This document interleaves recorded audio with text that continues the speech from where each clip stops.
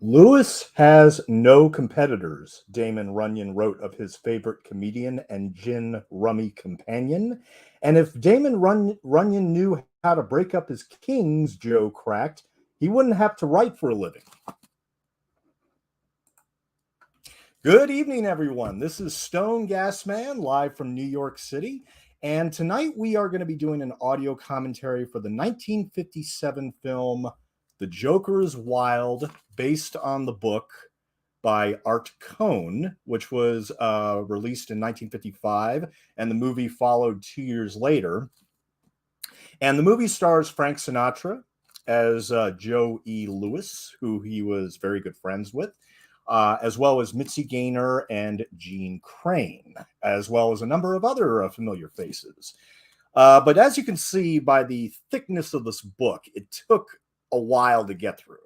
It took a while to get through, and there were passages I wanted to reread and everything. But I'm actually so glad I picked this up, because this was kind of a last second decision to go ahead and order this off eBay for like $20 and read it before the commentary for the movie. But ultimately, I'm very glad I did, because there was actually a lot of changes from book to screen that I would like to go over. And also just, I mean, this is one of those movies where I think that it's very obscure. When we think of the Joker, we don't think of a comedian named Joe E. Lewis. We think of, the Batman villain. But in this case, I mean, this is, of all the Mitzi Gaynor's movies I watched, this is one of the best, without a doubt, despite the changes that it does make. And I do think it does honor Joe E. Lewis in its own way, Frank Sinatra's performance in particular. And I mean, I think this is honestly one of Mitzi's best movies of the 17 that she made. And this is probably going to end up like number 4, number 5 on my list. For tomorrow, I'm going to be doing the last 2 commentaries, which are My Blue Heaven and Lay Girl. These are going to be the last 2 commentaries that I'll be doing tomorrow. Now, I will also be doing a ranking very, very late, where I basically rank all 17 of Mitzi Gaynor's movies, and that will be at 8 p.m. tomorrow night. Hope you can join me for that. But without further ado, I am paused on the Paramount logo. If you want to go to there on YouTube, you can watch The Joker is Wild as well. And this never has been released on physical media, sadly. So this is pretty much the only place you can watch The Joker is Wild is on YouTube. And despite the fact that there's like 20 seconds for some reason that are like blacked out at like the hour and 20-minute mark, this is an original print. And to be very honest, because this movie was re-released under the song title All the Way, which won the Academy Award for The Joker is Wild, the truth of the matter is, I mean, this movie, it was only released as The Joker is Wild in 1957 in theaters. After that, when they re-released it, they named it All the Way, because the song plays about 3 times in the movie, all at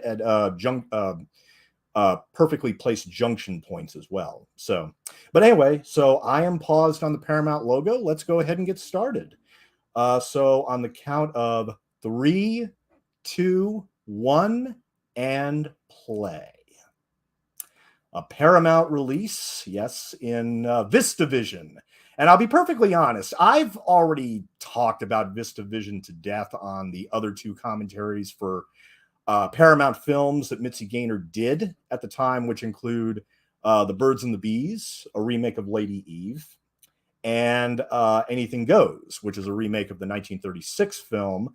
And yeah, here we, a very simple title sequence, black and white with our stars here in The Joker is Wild, a Charles Vidor production. Charles Vidor not only directed, but he also served as executive producer as well. Beverly Garland, Jackie Coogan, some of these names I'm sure will be very familiar to you. Now, screenplay by Oscar Saul from a book by Art Cohn. Now, if I had the chance to actually talk to Mitzi Gaynor, I would the one question I would ask her about The Joker is Wild why didn't they just get Art Cohn to do the screenplay? Because Art Cohn apparently had written a number of screenplays for movie studios in Hollywood at the time. In fact, just to double check right here. But yeah, he was largely known as a screenwriter. He had met Joe E. Lewis when he was doing USO shows during World War II in the Pacific Theater with Ray Bolger, of all people, who played the Scarecrow in The Wizard of Oz. But Art Cohn had written some pretty good movies here. I mean, he wrote The Setup, which is one of the best boxing movies I've ever seen. That's from 1949 with Robert Ryan and Audrey Totter. And after that, he wrote Stromboli in 1950 for RKO. And then Tomorrow is Another Day, Carbine Williams' Red Skies of Montana. I think that might be, is that a Ronald? No, that's Richard Widmark. Okay. And he also wrote teleplays for Unsold Television Pilots. And he was also, of course, the author of the book, which was published in 1955 by Random House. I just don't understand why they didn't hire Cohn to adapt the script. That is a question mark to me, and I would like to know that, because he was already an established screenwriter. So I don't understand why they didn't hire him, and they hired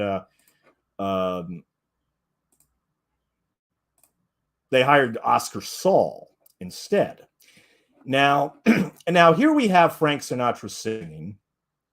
You know, he comes out pretty early in this movie, and we start out in the 1920s during the Prohibition era, where you know, gangsters like Al Capone and what's the other guy's name? Arthur Dutch Schultz. That's right. Yeah, Dutch Schultz. Now, during the 20s and the early 30s, and what's interesting is this book is divided into decades, because we start out in the 20s when he's singing for these clubs that are run by the mafia.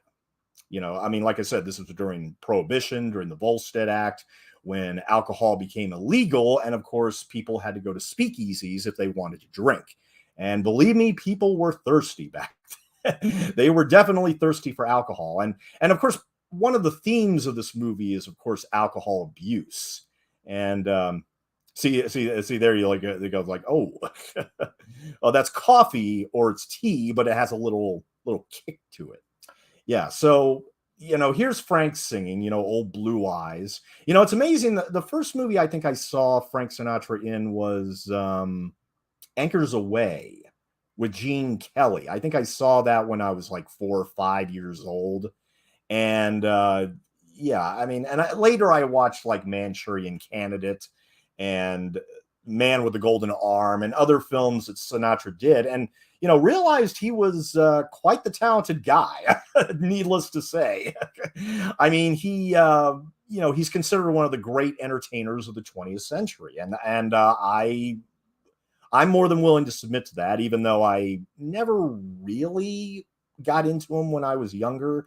I mean, you know, I saw some of his movies. Hey, I even saw his last movie, which came out in 1980, called The First Deadly Sin, which had Faye Dunaway in it. In fact, the only reason why I watched it is because Faye Dunaway was nominated for a Razzie, which I don't agree with. And it was also the first film for Bruce Willis, where he just, yeah, he basically just walks into a building, he turns the corner, and that's it. But yeah, that's Bruce Willis wearing sunglasses. So, yeah.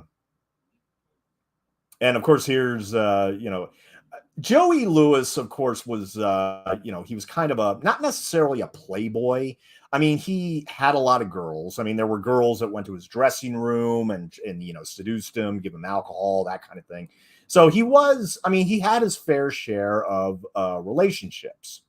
Now, as good as this movie is, however, I think one of the few things that brings it down is the fact that there are 2 love interests. And I think they should have combined both of those characters into one, so we only have one love interest. Because what's a little disappointing, and I'll go into more detail in it later, But what's kind of disappointing is that the movie leaves out a lot of colorful events in Joe E. Lewis's life. And, here again, if Art Cohn had been the screenwriter for this, I'm willing to bet that this would have been a lot different. Maybe it wouldn't even had music in it. I don't know. The weird thing is that, let me go ahead and read the introduction here, which is by the author Art Cohn, just to give you an idea here. We were slogging through the New Guinea jungle in 1943, Joe E. Lewis as an entertainer and I as a war correspondent. When the war is over, I said, let's get together on a book. Okay, he said. 10 years later, I got around to it. How about the book? I asked Joe. He stared at me incredulously. Quote, after what Coffer did to Costello, Erickson, and Harry Gross, where have you been? He stared at me, not that kind of a book on your life. Why? People want to read about great men. Look at the biographies on Napoleon, Lincoln, Toots Shore, Willie Sutton, and Fulton Lewis Jr. Joe was flattered. 20 years ago, I was a nobody, but today I'm a non-entity. No phony autobiography is told to or edited by imagined by some spook. If I write it, it will be without handcuffs, and I'll put in the scars, all of them. Will you hold still for it if nobody gets hurt? Innocent people sue. I have never been sued. Go ahead, he said, but it's 2-1 and they'll think it's about Joe Louis the fighter. And yes, there's a whole section in the book where like they're talking about bringing both of these men together. There was another Joe Louis at the time in the 1920s that was a boxer. Now, he's not even mentioned in the movie, but there's a whole section in the book which covers, basically, there were entertainers and everybody at the time that wanted like these two Joe Lewises to get together, because apparently, this Joe Louis was getting more attention than the other Joe Louis. I mean, it's really ridiculous. And the whole reason why he added the E, the middle initial E, to his name was to distinguish himself from this boxer named Joe Louis. Okay. Now, it should be pointed out here. Let me go ahead and emphasize these the two men right here. The man that just threatened Joe E. Lewis right there was an actor by the name of Ted DeCorza as Georgie Parker. And the other gentleman who will be going out and talking to Frank Sinatra here and basically extending the threat is actually Leonard Graves, the actor, as Tim Coogan. But Tim Coogan is actually a stand-in for Jack Machine Gun McGurn. Okay. He was a real gangster. He worked with Capone, and they were, they ran this speakeasy where Joe E. Lewis sang at. And Joe E. Lewis basically said, well, look, I want to open up at another club. I don't really want to work with you guys anymore. And see, and that's the thing. He wasn't really he was never a mobster. He just worked for them. He basically just sang for them in the speakeasies. And when he said, well, when he started growing a conscience and was like, well, I want to be more independent and be away from you guys. No offense. I just don't want to sing for the mafia in a speakeasy. Because he was opening somewhere else. He's like, no, I don't want to do this anymore. And let's just say that the mafia did not take it kindly, and they ended up seriously injuring him. Specifically, they basically cut his tongue and they slashed his vocal cords. Because no, you're going to be working for us. You're working for Capone. Okay. Now, Capone. The interesting thing about Capone, and one of my favorite passages in this book, is actually Joe E. Lewis's meeting with Al Capone. It's a very, very fascinating meeting. In fact, it's hilarious because when he goes in, he basically says to Capone, "Oh, hey, Scarface, how you doing?" And of course, the irony is that he has the scars from the attack. So you have one Scarface talking to another Scarface. But yeah, and so his best friend, played here by Eddie Albert, who plays Austin Mack, his piano player. He's basically like, no, you shouldn't do this. We're gonna get seriously killed by the mafia if you keep playing with fire. If you keep telling them, no, no, no, no, no, I'm not going to sing in the speakeasy anymore, and you go open at another one, they're just going to get pissed off, and they're going to may try to kill you. They may seriously try to kill you, and Austin Mack is like, nope, no, I'm not going to be put into this situation. So he basically just leaves him, and so he has to get another piano player. Well, Austin Mack, like I said, was Joe E. Lewis's very good friend. They have a long history, very, very much detailed in this book. Now, the actor, though, playing him is a man by the name of Eddie Albert. And if that name rings a bell, it's because he was twice nominated for the Academy Award for Best Supporting Actor, the first one for Roman Holiday, and the other one in 1973 for The Heartbreak Kid, directed by Elaine May and starring Charles Grodin. And other screen roles of his include Bing Edwards in the Brother Rat films, traveling salesman Ali Hakim in the music Oklahoma, and the sadistic prison warden in the 1974 classic The Longest Yard, starring Adam Sandler. No, I'm just kidding. Burt Reynolds. Yeah, Adam Sandler was in the remake years later, but not Burt Reynolds. Eddie Albert also starred in Oliver Wendell Douglas in the 1960s TV sitcom Green Acres. It's probably where most people would remember him from Roman Holiday, aside from that, as well as Frank McBride in the 1970s crime drama Switch. He also had a recurring role as Carlton Travis on Falcon Crest with Jane Wyman. Okay. Now this actor right here, who plays Swifty Morgan, is actually Jackie Coogan. Now, Jackie Coogan, if you remember, most famously played the title character of the Kid in the 1920 film The Kid, directed by Charlie Chaplin. Now, he started out as a child actor because of that movie, and he later sued his mother and stepfather over his squandered film earnings and provoked California to enact the first known legal protection for the earnings of child performers, the California Child Actors Bill, widely known as the Coogan Act. That was all because of Jackie Coogan. He continued to act throughout his life, later earning renewed fame in middle age, portraying Uncle Fester in the 1960s television series The Addams Family. So along with that, he also is most well known for doing The Kid, very, very classic, where he's crying. He just got taken away from Chaplin, and he's outside crying for his surrogate father to come save him, and Chaplin starts running across rooftops just to get him. I mean, it's wonderful. It really is.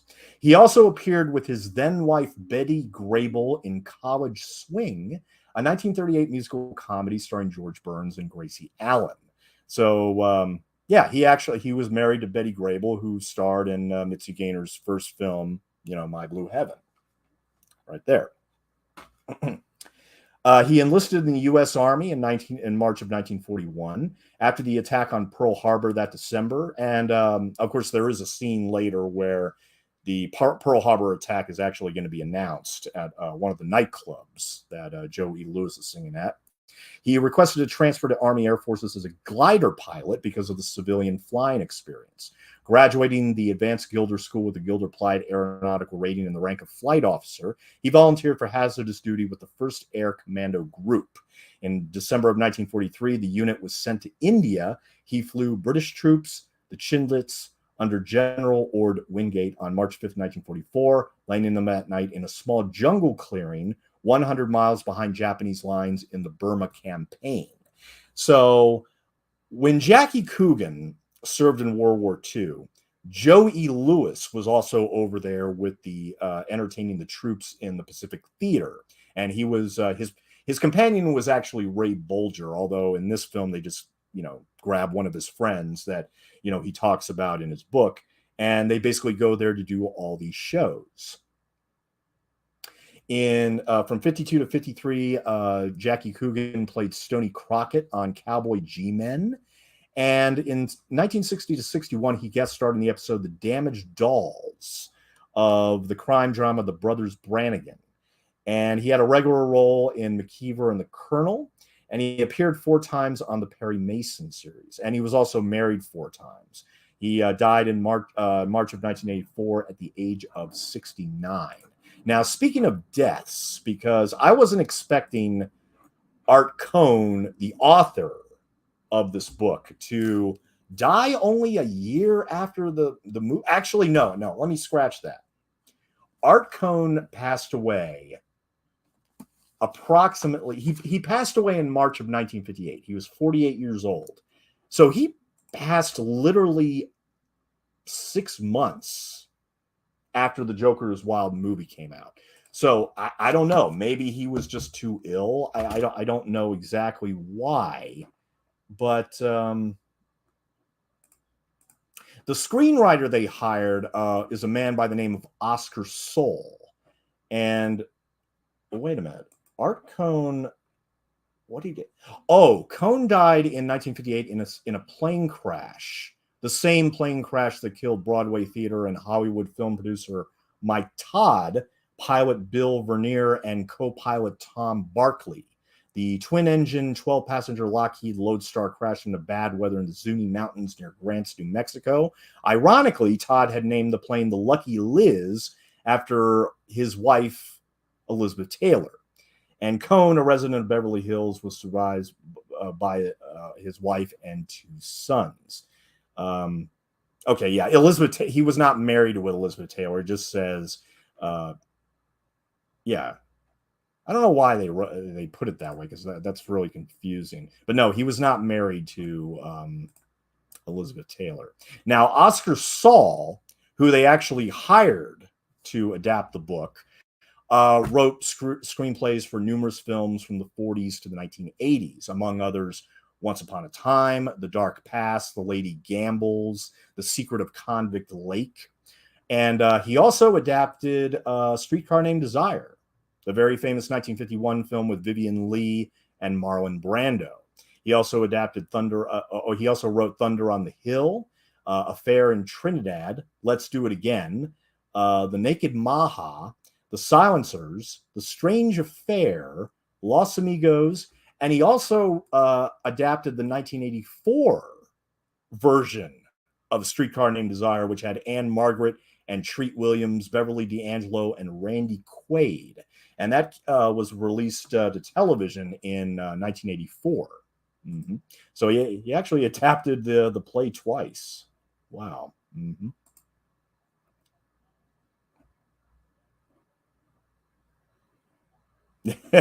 Okay, now this scene right here is where, he's about to be told, hey, you disobeyed our orders to stay at the speakeasy that you were singing at. So guess what? You're about to get seriously harmed here. And like I said, this is not exactly a musical. There are songs in it, including the Academy Award-winning song, of course. But at the same time, it's mostly a drama. Maybe I wouldn't really call this a character study, because I think that we spend a little too much time with some of the other characters and, not really much with Joe E. Lewis. I mean, we do follow him into World War II, but a lot of the other gangster experiences that he had with Dutch Schultz and Al Capone are not even mentioned here. And, of course, there's lots of other things that weren't mentioned, but I think the big thing is the screenwriter decided to focus on how this injury affected him for the rest of his life, which is important. But I also think he gave a little too much attention to the women in his life. Here again, I think that both of the women in his life, one that he married, one that he was with for a certain amount of time, I think they should have been combined into one character. I've said that before, and they do that for, adaptations all the time, especially when they're, when the books are so long.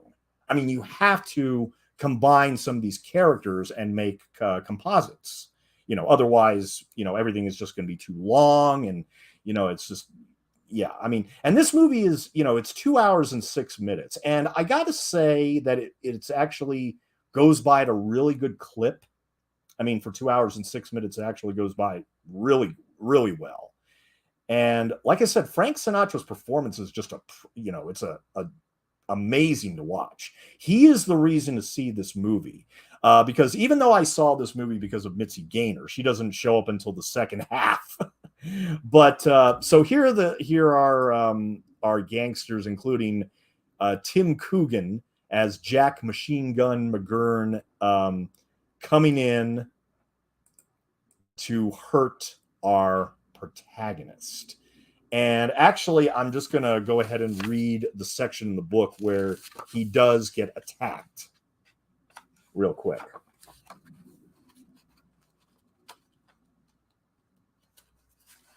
It's on page 17, actually. Yeah, we don't really cover Joe E. Lewis's childhood in any way. We just basically start the story off when he's in these speakeasies in the 1920s in Chicago. But the shrill ring of the telephone awakened him. Joe sleepily fumbled for the receiver. Hello? Don't open the door, a man's voice warned him in a heavy Italian accent. Joe roused himself. Who's this? Don't open the door. For nobody. An instant later, Joe heard the click of the receiver. The other bed was empty. Cap had gone to work. Joe looked at the watch on the table next to his bed. It was 9:15 a.m., the middle of the night. He turned over, but he could not sleep. Gloria says hello. That was the last thing McGurn had said. Did McGurn really believe he had gone back for a rematch? What would McGurn and his two men have done if Fogarty had not drawn both guns as fast as he had? Why had an anonymous friend, someone afraid to give his name, called to warn him? Joe slowly sat up. Everything was suddenly different. He had, for the first time in his life, a premonition of disaster. Don't open the door for nobody. Joe stared at the door and waited. The knock came at 10:30 a.m. Joe, still in pajamas, clambered out of bed and without hesitation went to the door and unlocked it. The action was almost reflex. It did not occur to him not to open it or even to ask who was there. Three men, none of whom he recognized, brushed past him. Joe automatically closed the door. Just one favor, Joe, the spokesman asked. Don't yell. The spokesman drew a .45 revolver. One of his helpers pulled out a .38 and moved behind Joe. Joe braced himself for the first bullet. It did not come. An horrendous blow struck him from behind. He turned as he fell and saw the man with the .38 raising his arm to clout him again. The third assailant was unsheathing a hunting knife. Pain coiled around his brain, tighter, tighter, and sank its fangs deeper and deeper. A searing, blinding flash, and he felt his head being torn apart. The two gunmen used the butts of their revolvers. They hammered his skull until he was unconscious, and they continued pounding. The knifeman went to work. He punched the blade into Jaw's left jaw as far as he could, ripped his face open from ear to throat, and went on cleaving impassively like a butcher. Joe did not yell. So that is essentially what happened to Joe E. Lewis. And yeah, it's pretty devastating. And here again, I do think that he does earn the audience's sympathy at this point, because here again, he didn't really want to run around with the mob. He just happened to be singing at one of their nightclubs. And when he said, well, look, I want to open up at another place, they were like, nope. And the thing is that, of course, even though this place was partially owned by Capone wasn't really happy about this attack because he was fond of this guy. He liked Joe E. Lewis. I mean, Joe E. Lewis had a lot of friends. Some of them were gangsters, some of them weren't. I mean, but no, a lot of people, and especially in this book, a lot of people were just like, no, he's a nice guy. He doesn't, he doesn't hurt a fly. He's very shy, very laid back. Yes, he drinks. And yes, he tends to, not believe that he's worthy for any woman in his life. He has flaws. Sinatra is so good here. And like I said, I like how Charles Vidor, lets Frank breathe with his performance. There are several scenes in this movie where he basically just lets Frank take control of the screen and worry about his performance, obviously. And he is particularly good here. I mean, it's particularly it's devastating, but yeah, I mean, he is really, really good in this movie in practically every scene. Mm, mm. And he starts banging his head. I mean, like, oh man, like, even for a 1957 movie, this is still pretty potent stuff. I mean, and the black and white works. I mean, I wasn't so sure about watching a Vista Vision movie in black and white because, obviously the color features are a lot more eye appealing. But I think the black and white works considering how downbeat the story is. It's a very, very downbeat story with kind of a depressing protagonist. Yeah, he's funny. He's a comedian, but at the same time, his entire life was basically upended by this attack.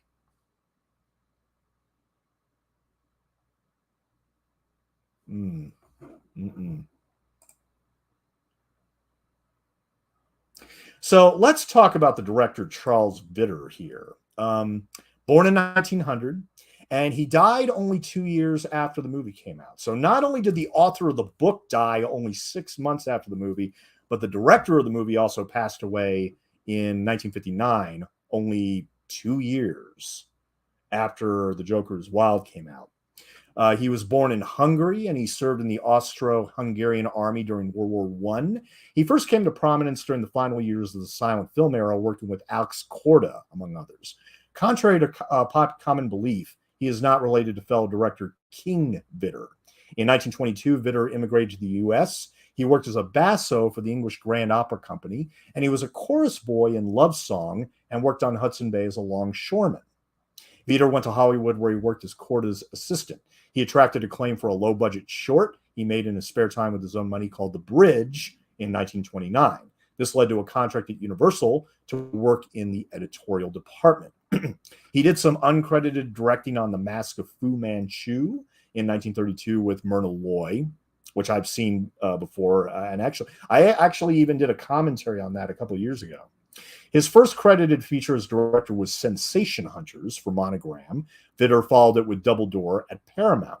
And then Vidor accepted a contract at RKO, where he directed Strangers All, His Family Tree, The Arizonian, and Muss 'Em Up. Yeah, that's the name of the title, Muss 'Em Up. He went back to Paramount, where he directed A Doctor's Diary in 1937, The Great Gambini, and She's No Lady. All those were 1937 releases.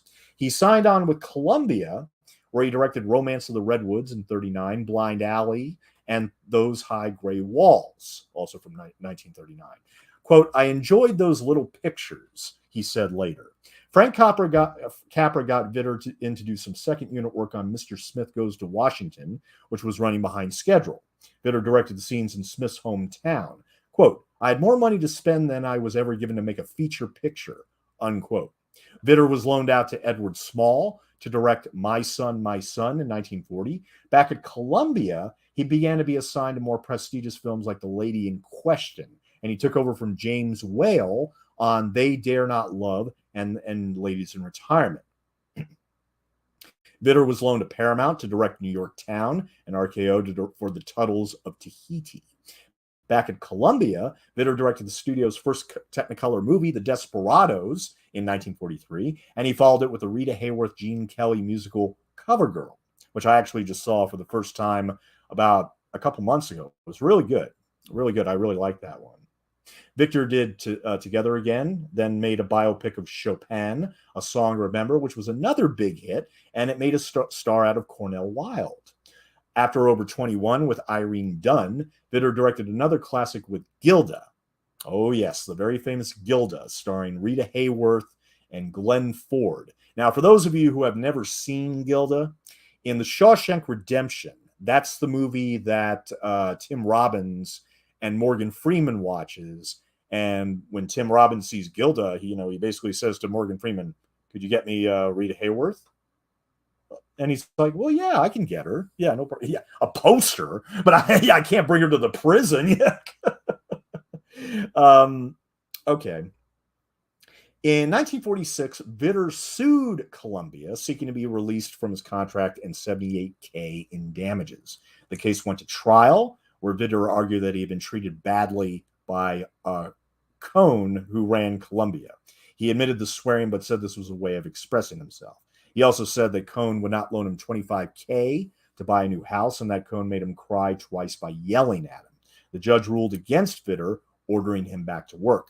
Vidor began directing Ford and William Holden in The Man from Colorado, but clashed with Cohn once more over the shooting schedule and was fired during filming for being too slow, being replaced by Henry Levin.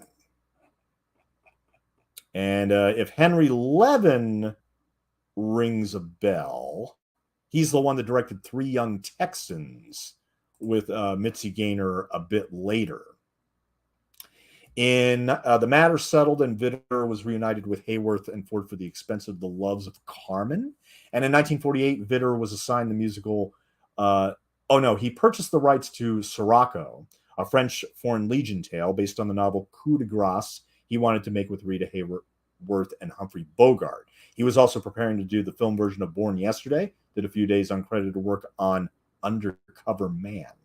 In August 1949, Vidor was assigned the musical The Petty Girl. He refused to do it. Columbia put him on suspension, and Vidor told Columbia that he considered his contract with them at an end. And Levin also replaced him for the Petty Girl. In September, Columbia sued Vidor to stop him walking out on the contract. And then in October of 49, Vidor bought himself out for $75K at $15K a year for 5 years. Louis B. Mayer had acted as intermediary for the good of the industry. Vidor's character had 2 years to run at $3,000 a week, then $3,500 a week. Then he signed with MGM to direct The Running of the Tide, which was never made.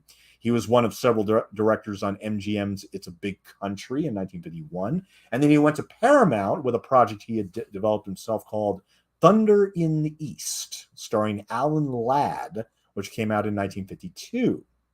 Sam Goldwyn used him on Hans Christian Andersen, which was a huge success, after filming Vidor optioned the novel SPQR and announced he would film it independently, but it was never made. At MGM, Vidor did a musical with Elizabeth Taylor called Rhapsody and a biopic of Ruth Etting, Love Me or Leave Me, a big success. Vidor also directed Grace Kelly's last movie called The Swan in 1956.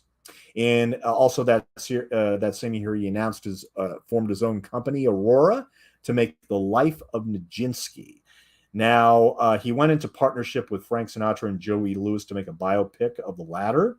Sinatra and Vidor were going to reunite on Kings Go Forth, but then David O. Selznick hired Vidor to make the troubled A Farewell to Arms, replacing John Huston. His last film was an attempt to repeat the success of A Song to Remember, another biopic of a composer, in this case, Liszt, Song Without End, in 1960. He died of a heart attack only 3 weeks into filming. Yeah, Farewell to Arms, that's one of the biggest bombs of the 1950s, which was produced by David O. Selznick and distributed by 20th Century Fox. I think what really hurt that one was the fact that David O. Selznick decided to put his own wife in the movie in a huge display of nepotism. Jennifer Jones co-starred along with Rock Hudson. And let me just say that every review I've read on A Farewell to Arms said it sucked. So I'm not going to be wasting my time with A Farewell to Arms, needless to say.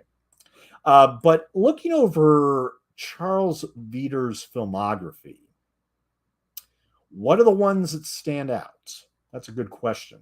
Well, CoverGirl stands out. That's definitely one of his best films, as well as Gilda. Hans Christian Andersen I would put on there. And then, of course, The Joker is Wild. I've never seen The Swan, honestly, and I've never seen pretty much any of his other movies. but I have seen CoverGirl and Gilda and Hans Christian Andersen. Yeah. Mm-hmm. I don't know if I would call The Joker is Wild his best film because I've not seen many of his other ones, but yeah, I mean it's up there with Gilda and CoverGirl. I wouldn't say I would prefer one over the other three, but mhm. Now Frank Sinatra, of course, is being inclined or suggested to sing "All the Way," which of course he can't. He's still recovering from his attack. And in fact, it would be I mean, it took about 20 years. I mean, yes, he was able to do comedy. He was able to, basically speak lyrics without necessarily singing them. And, at several times in his life, his voice disappeared. In fact, very late in his life in the 50s, there was a time in the early 50s where his voice disappeared for like 2 years. And it was largely due to large amounts of alcohol intake, which also caused a lot of ulcers. But the amazing thing is that Joe E. Lewis actually was able to live until 1971 when he passed away.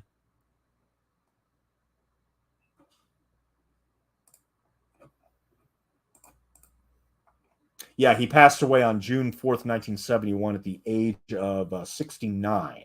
So, despite the fact that there were a few close calls where alcohol nearly, took over entirely, luckily he managed to make it to 69 years old. Mm-hmm. Very luckily. But here again, this is just another scene where Sinatra's acting really, really shines. Really, really shines. I mean, we understand what he's going through.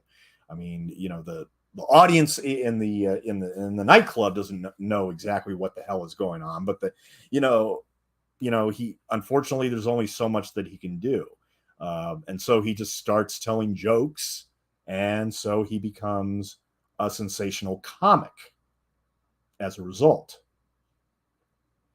And I think it kind of fits that he has to wear this clownish outfit for the first time that he basically goes on this tangent where he can't sing and that he's just going to tell jokes.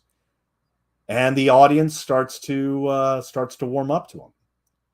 They may not be hearing all the way, but at least they're getting their money's worth in terms of entertainment. And Joe E. Lewis, despite his drinking, it really did seem like he loved performing in front of a crowd, and he wanted to, deliver.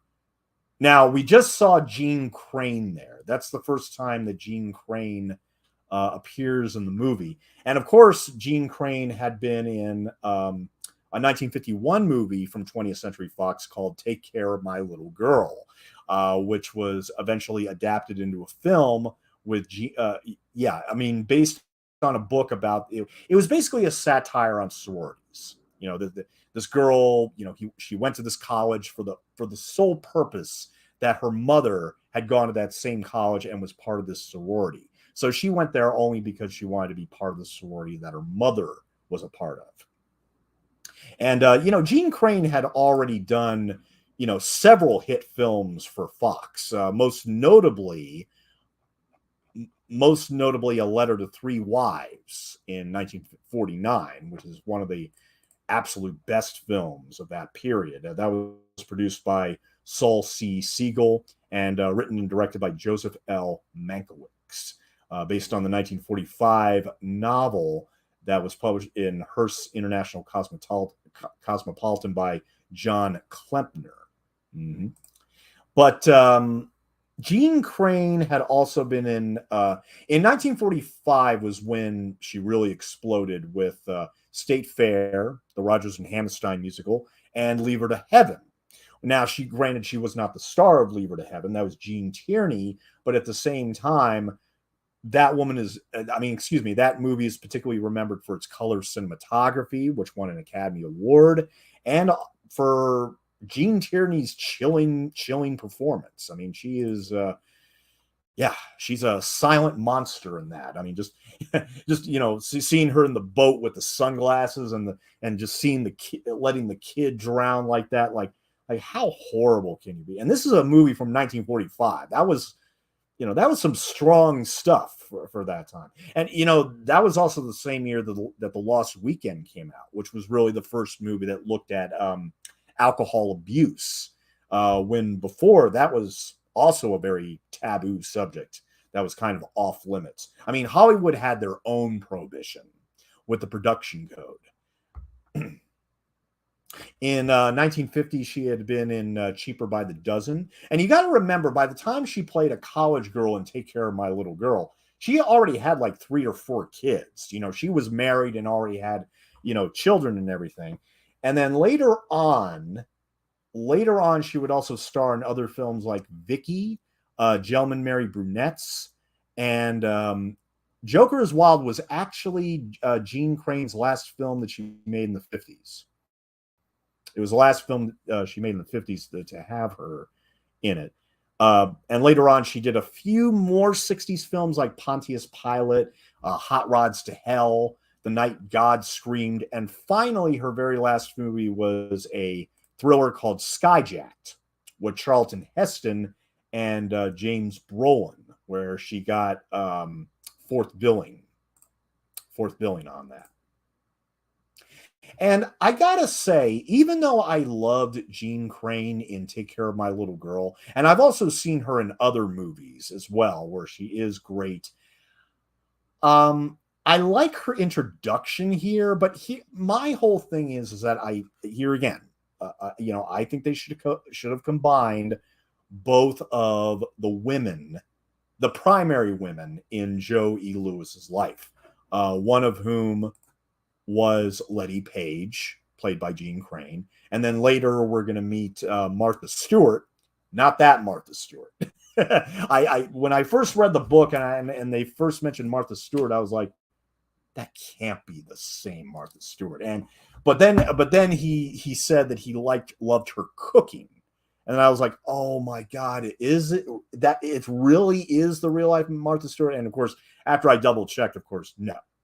There was an actress named Martha Stewart that started out in the 40s and 50s, completely different. In fact, I kind of underestimated, because I actually for a while thought it was actually that Martha Stewart, because I thought that she would have been about 21 when she met Joey Lewis. No, but in fact, the Martha Stewart that we know of was actually born in 1941. So she would have been only 8 years old when she would have been only 8 years old had that happened. Now, unfortunately, wait a minute. We are at the 44-minute mark. We are at the 44-minute mark of The Joker is Wild. Now, we did miss at the 34-minute mark, we missed the real life Sophie Tucker. Sophie Tucker was, of course, a legendary vaudeville actress. Yeah, singer, comedian, actress, radio personality, known for her powerful delivery of comical and risque songs. She was one of the most popular entertainers during the U.S. during the first half of the 20th century, known by the nickname the last of the Red Hot Mamas. And she also had become she had gone to Ziegfeld's Midnight Frolic in the early 20th century. Although what's funny is that when they cast Sophie Tucker in this movie, they didn't just hire an actress. No. They actually hired the real Sophie Tucker. And it's kind of weird because by the time she did this movie, she was already 70 years old.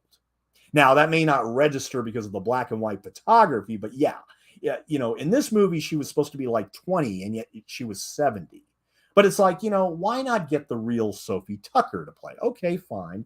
But then again, Joey Lewis could have done a cameo. There could have been other, people in Joe E. Lewis's life that could have come on board in some fashion. But I found that really weird that they actually hired Sophie Tucker when she was 70 years old, and she was supposed to be 20 years old in like the 1920s. I found that actually, quite weird. But, I'm glad that she's in the movie regardless. And we also need to talk about Beverly Garland, who plays Austin Mack's wife, Cassie, because she is going to have several scenes of her own throughout this movie.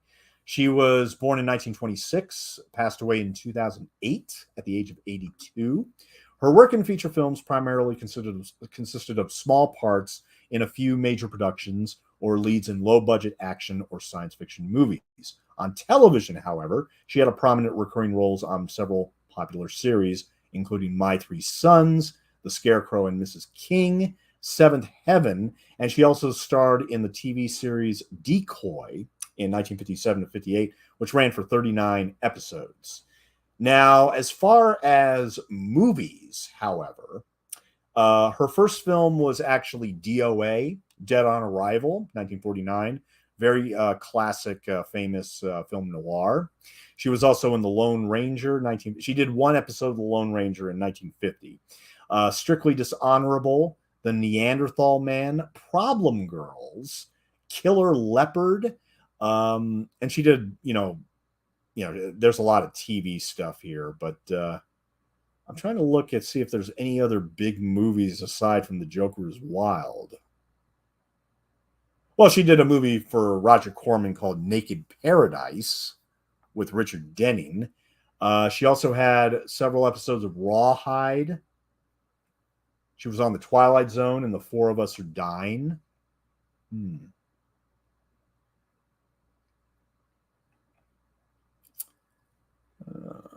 Yeah, I did a lot of television work. I mean, The Mod Squad, Marcus Welby. She was in the Airport in 1975. She was also on Mary Hartman. She actually had 16 episodes of that. And, Charlie's Angels, The $6 Million Man, Magnum P.I. And this is kind of sad, but Beverly Garland's very last movie was National Lampoon's Christmas Vacation 2, Cousin Eddie's Island Adventure, which was direct to video, or rather direct to DVD, I guess, in 2003, where she played Aunt Jessica. That's kind of a sad movie to end your career on, unfortunately. But, yeah. At first, I got Beverly Garland confused with another Beverly that was dating Errol Flynn when he died, but no, that's not the same. Not the same actress. Now, Leonard Graves, who played Tim Coogan earlier, and he was the stand-in for Jack Machine Gun McGurn.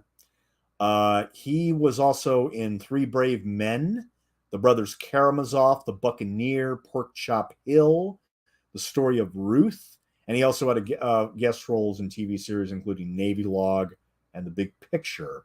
Graves later moved to Israel with his wife, where he was active in the Israel National Opera. And he died in 2000. Doesn't have an age here, but he did leave behind a wife and 4 sons.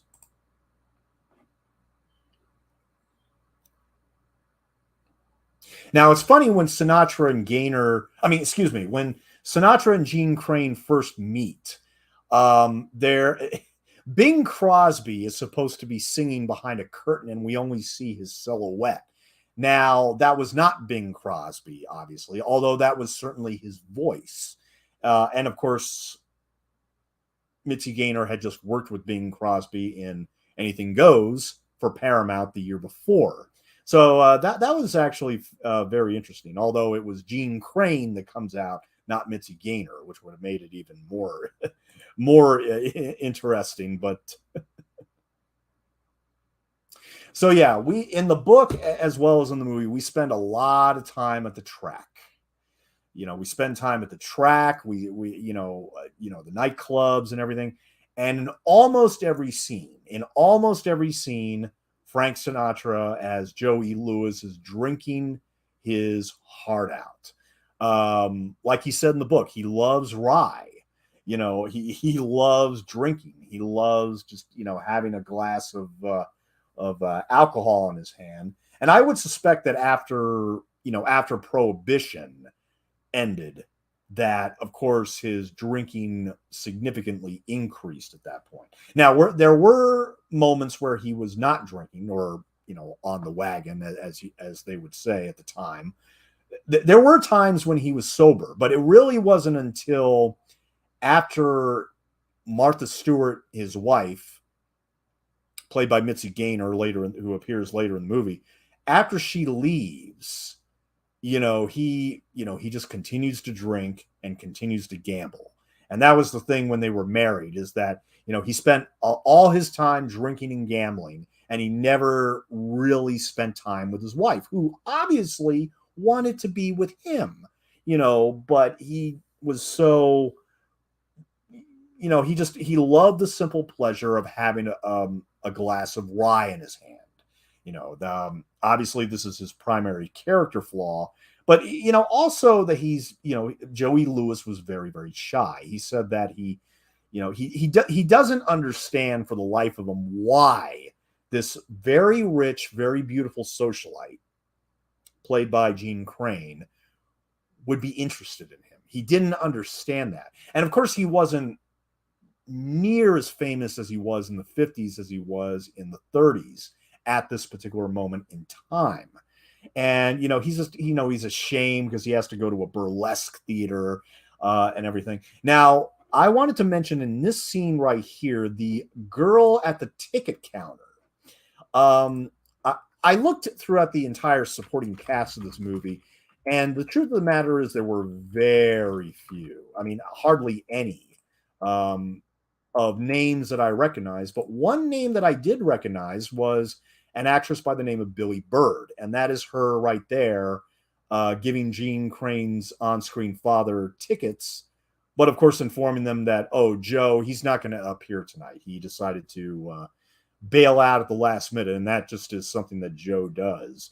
So, but that actress is Billy Bird. Now, I know Billy Bird from mostly movies that she did in the 80s, late 80s, early 90s. She was in Ernest Saves Christmas, where she plays a love interest to Santa Claus. In fact, it's even implied at the end that they go off on some kind of rendezvous or whatever. But because after he gives up the power to his successor, who's now the new Santa Claus, he's now alone with Billy Bird, and she says to him, "Oh, we haven't been properly introduced. My name is Mary Morrissey." And former Santa Claus says, "Well, once upon a time I was Seth Applegate, and I guess I am again." And she's just like, "Are you doing anything tonight?" "Not a thing." And she's like, "We'll think of something." It's wonderful. It's a wonderful moment. And Billy Bird just has this delightful, I mean, see, that's the thing. If you know who she is when you see this movie, she will stick out. But she was also in Home Alone. She had that role in Home Alone of the airplane passengers who, Catherine O'Hara wanted to get home to her son, and she was desperate for a ticket, just desperate for a ticket to get to another airport or whatever. And so, she offers Billy Bird like her earrings and, a bunch of other stuff, $500, money, just to get on another plane. And so in the end, Billy Bird and her husband, who was also a John Hughes regular, by the way, he was in Planes, Trains, and Automobiles, other movies. Yeah, they were basically husband and wife in the movie. And he finally gives in. He's like, "Oh, all right," and they give her the plane ticket. But Billy Bird was born Bernice Bird Stoll in 1908. She was born in Idaho, and she was discovered at the age of 8 while living at an orphanage. As a child, she worked in vaudeville, including the act known as the King Sisters, and later in theater cabaret before moving on to television and films. She's credited with an appearance in the 1921 film Grass Widowers, but it is not clear if this is accurate. Otherwise, she broke into films in 1950, later making a brief, uncredited appearance in The Odd Couple as a chambermaid. Her only line was "good night," which was said to Felix Unger, who responded "goodbye." Bird often was cast by director John Hughes and appeared in many of his films, not just Home Alone, but also 16 Candles and Dennis the Menace, the latter two of which both paired her with veteran Hughes actor Bill Irwin, and I mentioned him earlier. She also starred as Mrs. Lois Feldman in Police Academy 4, and her last appearance was, here again, a pretty bad movie, although Pauly Shore fans will argue otherwise, and that, of course, is Jury Duty in 1995. And even by the very, very low standards of Pauly Shore comedy, that may be the worst film he ever did, was Jury Duty. I saw it when I was 14. I was the target audience, and I hated it. Hated it with a passion. And I just thought this guy was a clown who just wasn't that funny. Does she play that Joe E. Lewis has with Al Capone, which here again, for some reason, they decided not to put in the movie? Because here again, this is a really good movie, and yet in the second half, I think that there's just a bit too many scenes with Jeanne Crain. Well, I don't want to pick and choose, but let's just say I think the story in the movie focuses a bit too much on his love interests and a little bit less on the colorful stories that he provided for the book. And this is one of them.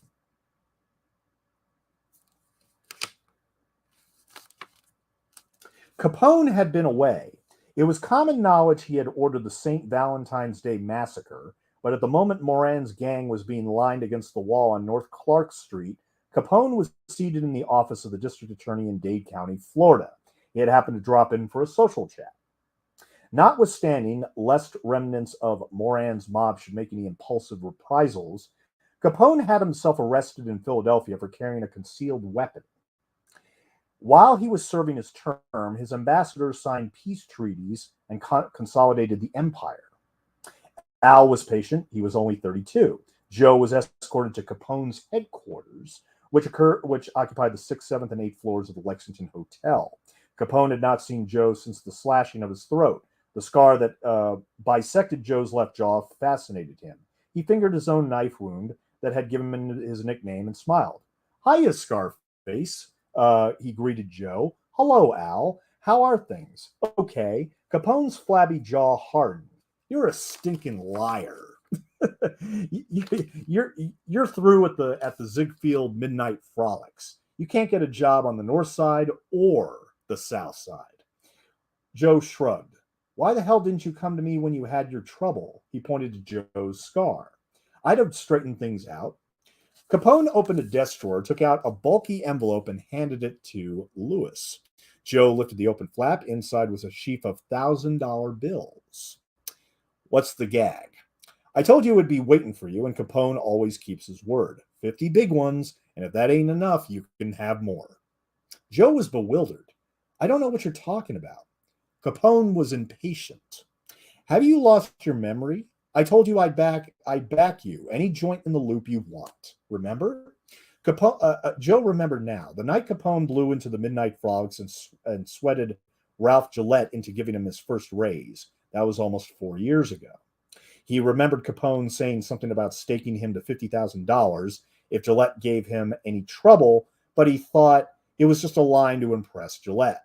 He had not suspected that Al had been ribbing on the square. He closed the flap and handed the envelope back. "Thanks, Al, but I can't take it."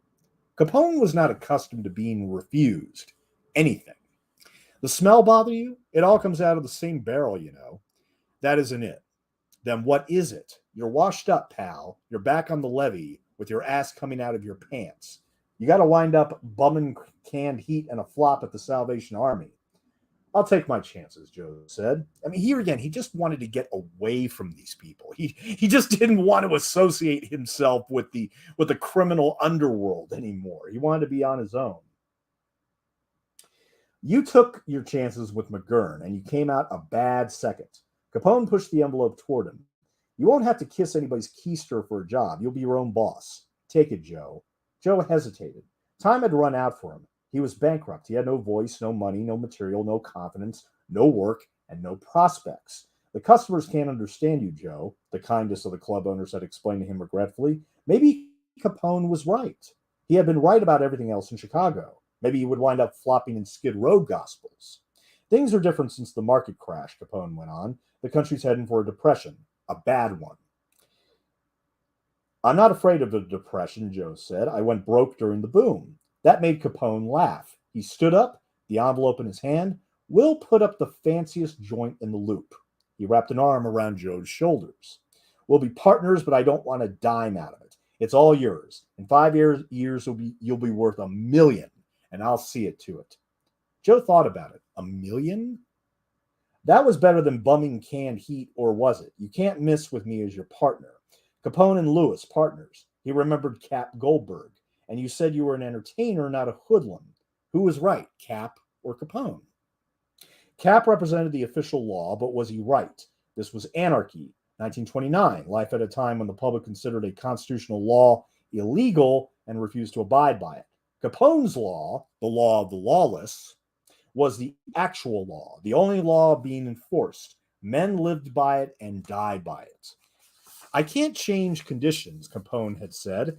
I just meet them without backing up. Joe looked again at the envelope with the $51,000 bills inside. Joe's hand was in the way, holding his total assets. 2 dimes and a nickel. He kept thinking. Capone and Lewis, partners. Goldberg and Lewis, friends. Right and wrong. Poverty and wealth.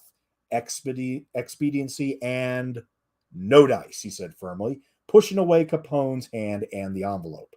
There was no alternative. He had to gamble his 2 bits against Capone's $50,000. He was a long shot player, and the odds were right, 200,000 to 1. You're a sucker, Joe, said the porcine-faced thug who soon would be number 1 at Alcatraz prison. Goodbye, Al. He might be a washed-up 10th rater, but he was still an entertainer. Nobody could take that away from him, not even the big guy. That is all he had ever had wanted to do, which is entertain people. Joe packed that night. He would not see Chicago again for 3 years. By then, Prohibition in the Chicago would be dead. By then, his 20s and Chicago's 20s would be long gone. And of course, I'm not going to read his experiences with Dutch Schultz, but I found that actually very, very interesting as well. Now, and Dutch Schultz, he was like 27 years old when he became in New York City, he became one of the most feared gangsters of the era. And in fact, I even remember an Unsolved Mysteries episode that was devoted to Dutch Schultz and a supposed treasure that he had buried along the banks of the Hudson River. Like he put an X on a tree, and but it was probably retrieved long ago. It was supposed to be like a strong box filled with gold and basically just a bunch of valuables that Dutch Schultz had. And and there's rumors that there was a map drawn up, and then some of his rival gangsters tried to go get the strong box. Who knows if it ever existed, or if it did, if it was ever retrieved. But it might still be on the banks of the Hudson River. If you're walking along the banks of the Hudson River and you see a tree with an X on it, that might be Dutch Schultz's treasure. Just to let you all know. But yeah, he was with Dutch Schultz for a while, and then of course Dutch Schultz was gunned down and murdered on the verge when he was about to murder a DA named Dewey. But then some of his associates were kind of like, no, you can't kill Dewey. That's going way too far. And Dutch Schultz was like, no, I'm going to kill this guy. He's trying to destroy my business. I'm going to kill him. And it's like, so his own associates ended up killing him just so that he wouldn't have to kill Dewey. It's pretty amazing. Pretty amazing. Now, see, here we are. We're at 1 hour and 6 minutes. 1 hour and 6 minutes. So, okay, now would be the perfect time to talk a bit about Frank Sinatra himself, because I said this before the commentary. I think this is one of his best performances and best films of his whole career. but he was nicknamed the chairman of the board, later called Old Blue Eyes, and regarded as one of the most popular entertainers of the 20th century, and one of the world's best-selling music artists. Mm-hmm.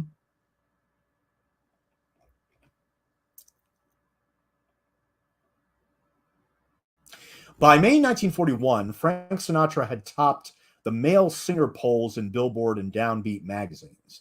His appeal to Bobby Soxers, as teenage girls of what time were called, revealed a new audience for popular music, which had been previously been recorded mainly for adults. The phenomenon became officially known as Sinatra Mania, after his, quote, legendary opening at the Paramount Theater in New York on December 30th, 1942. According to Nancy Sinatra, Jack Benny later said, I thought the goddamn building was going to cave in.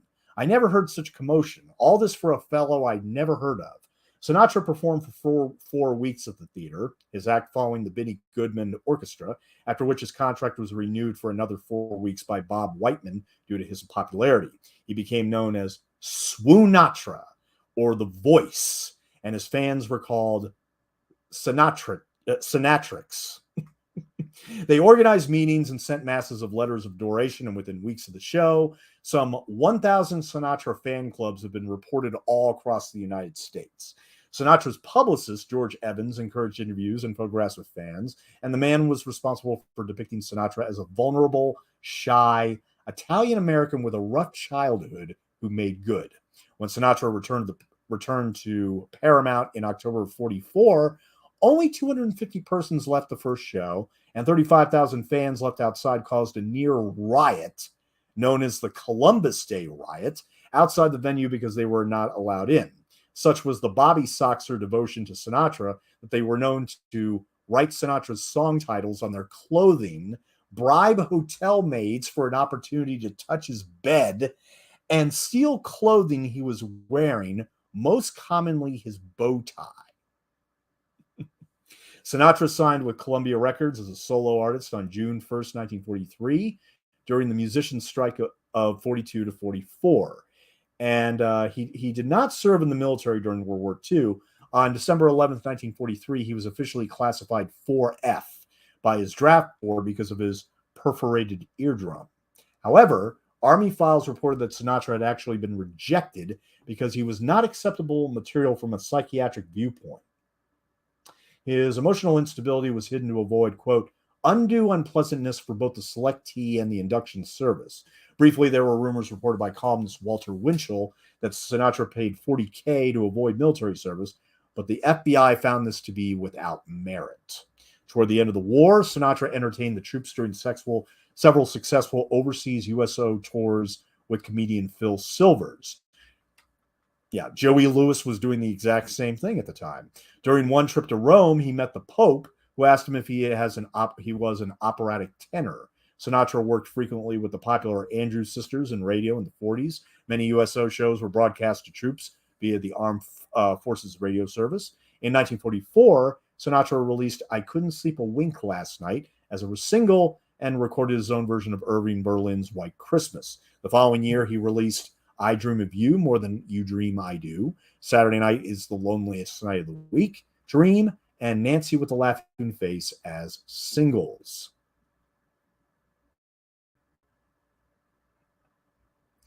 And during the 1940s, he released several albums, all of which were huge hits. But then he had a decline in popularity in the early 50s. At a brief run at the Paramount in New York, he drew small audiences. At the Desert Inn in Las Vegas, he performed to half-filled houses.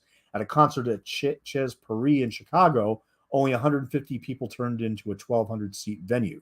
By April of 1952, he was performing at the Kauai County Fair in Hawaii.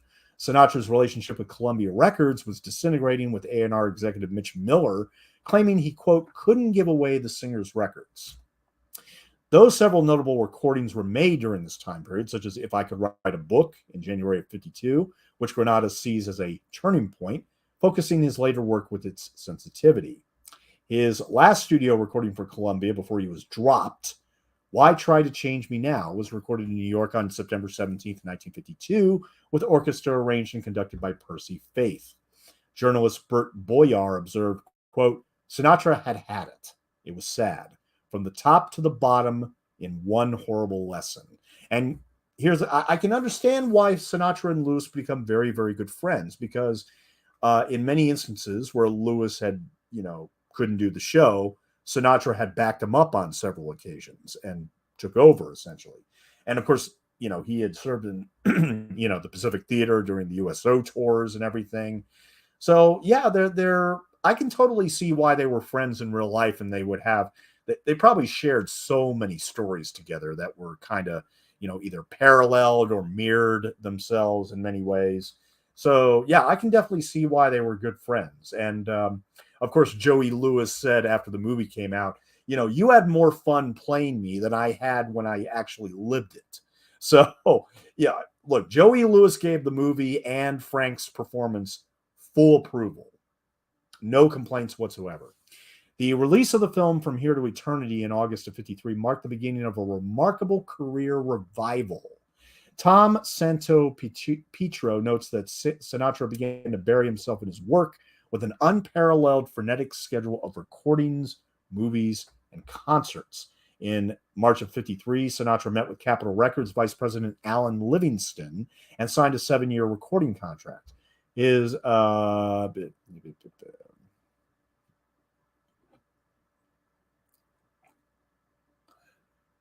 he also did, songs for, Cole Porter did.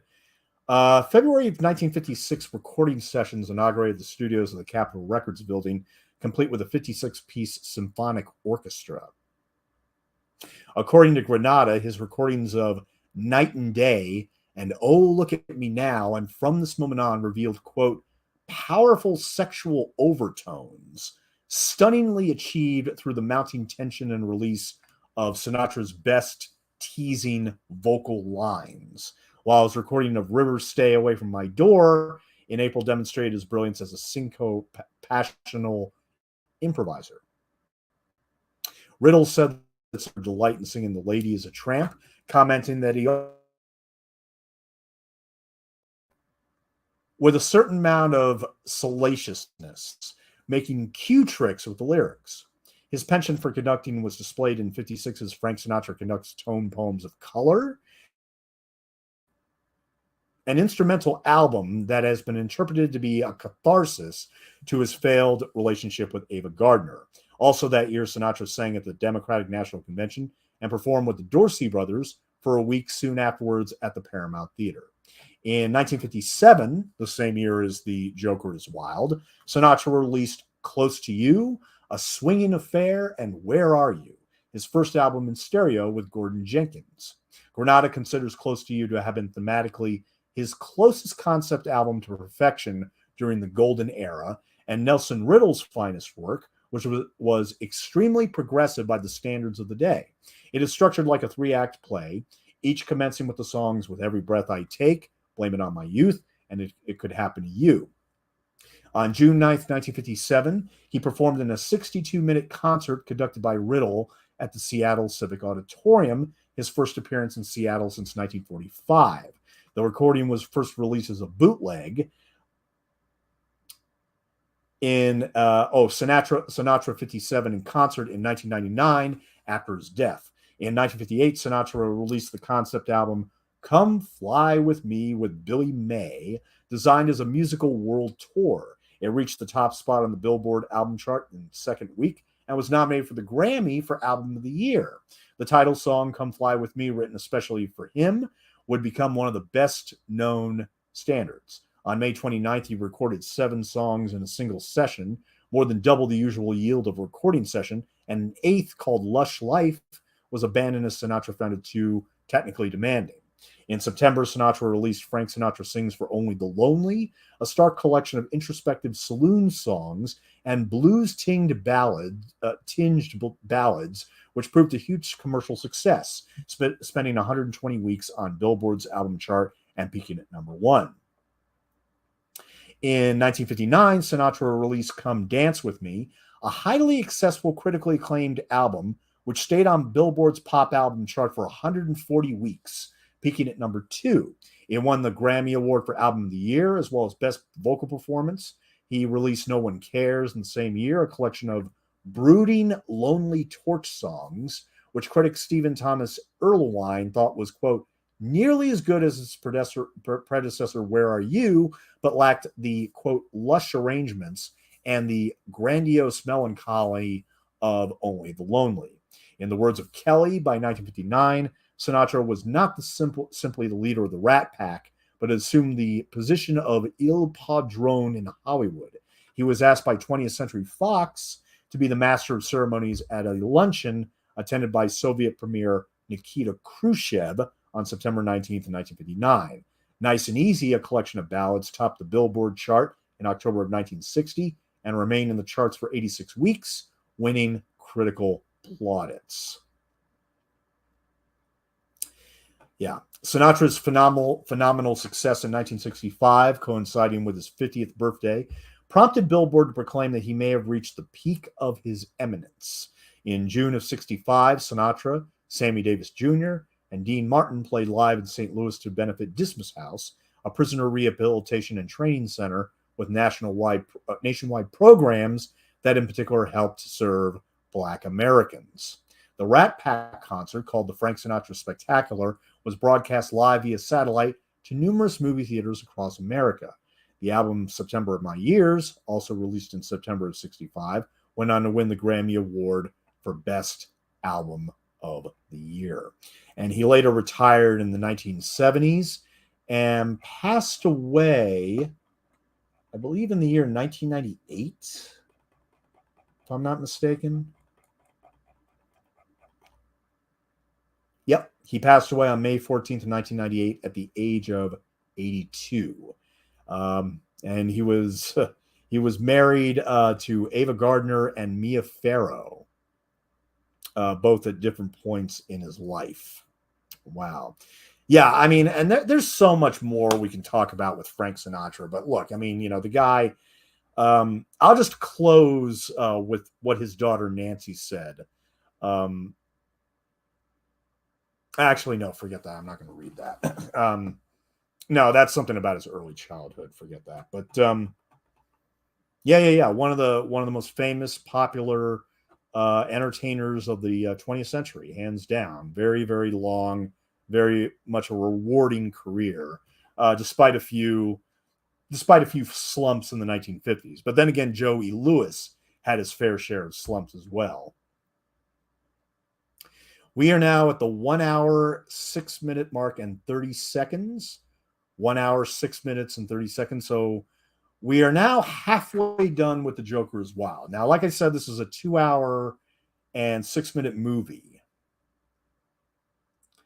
And a lot of the second half, not to say it gets repetitive, but, here again, we see a lot of scenes of him drinking and drinking and drinking. And, Jeanne Crain is getting tired of it. She's getting tired of all the alcohol and the gambling, basically. Why aren't you paying attention to me? What is it so special about this alcohol that you just keep on having to go back to it? And even Joe Lewis says in his book, his routine was basically waking up at like 4 or 5 in the evening and drinking all the way until like 6 in the morning. And a lot of times, even though he started out, when he started doing his comedy bit, he thought, because he was doing lousy in the 30s, I mean, nobody was laughing at his stuff. This was after his attack, and, he couldn't figure out what he was doing exactly or what he had to do to get back on top. And I mean...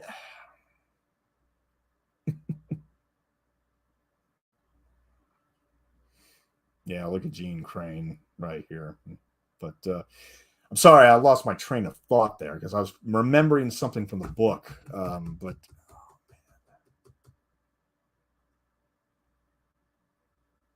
Oh yeah. When he was trying to do his comedy, of course, he had to deal with a lot of hecklers, but he also had to deal with his disability, which, of course, when he drank, it only exasperated the pain in his throat. And like I said, there was a period of time where he lost his voice for like a whole year.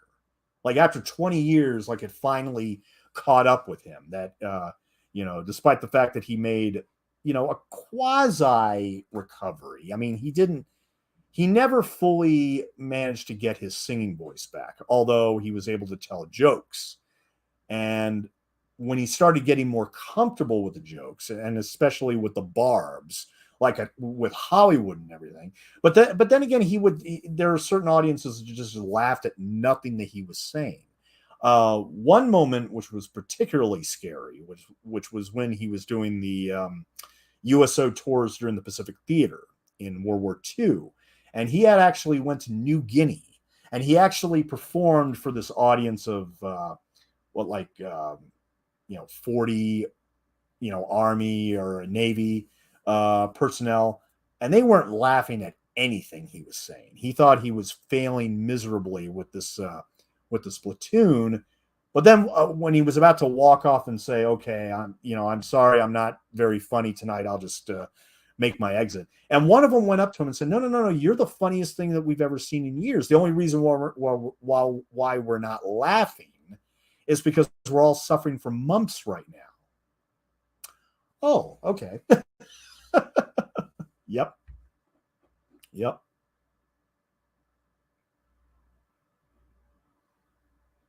We are now at 1 hour and 10 minutes. 1 hour and 10 minutes. And we are finally going to be seeing very, very soon. Mitzi Gaynor is going to make her appearance here very, very soon. She actually doesn't appear until the 79-minute mark. Yeah, she doesn't appear until 79 minutes into The Joker is Wild. But yeah, she's coming here in a minute.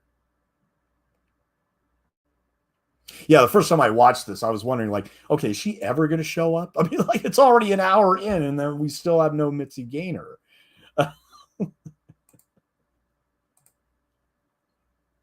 But let's see here. Okay.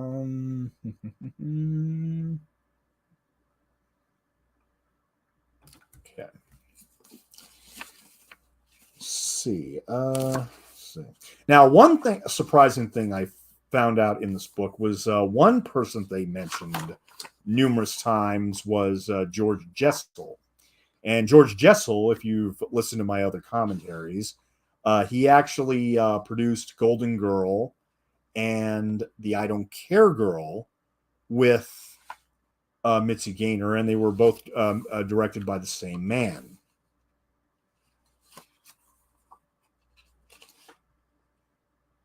There was one section in here that I particularly liked when they mentioned George Jessel, who was, before he went out to Hollywood for 20th Century Fox and became a producer, he was actually on vaudeville as well.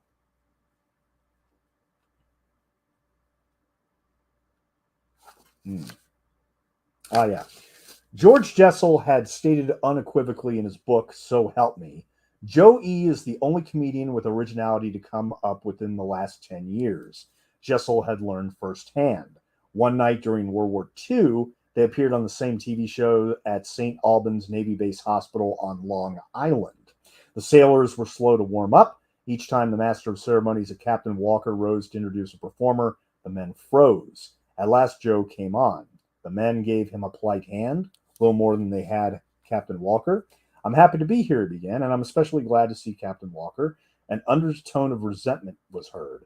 "Don't get me wrong, my friend is the captain's daddy, Hiram Walker." The sailors roared, and from then on they were Joe's. Jessel stood in the wings and watched the magic. Why didn't I think of that? He wondered. 3 weeks after the testimonial issue, the friars named Joe as their abbot. When they called him the nicest guy in the world, they had meant it. They knew Joe, and they remembered. Mm-hmm.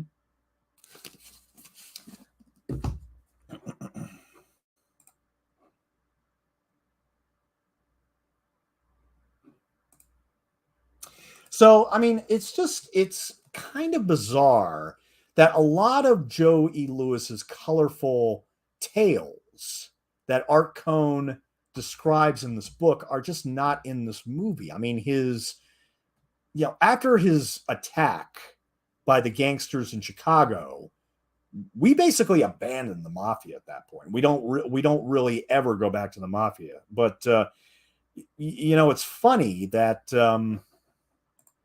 There was one other thing I wanted to read here about McGurn, which I thought was very funny as well. Now, he is the gangster that, of course, did the attack on Joe E. Lewis. And here's the interesting thing.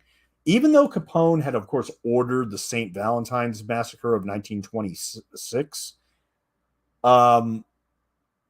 had Joe was actually supposed to be the eighth person that was murdered. If he was in that garage, he would have been the eighth person that was murdered. But luckily, he was somewhere else. He was supposed to be there, but he didn't go there. But I like this little anecdote about McGurn that happened only, 10 years after the attack?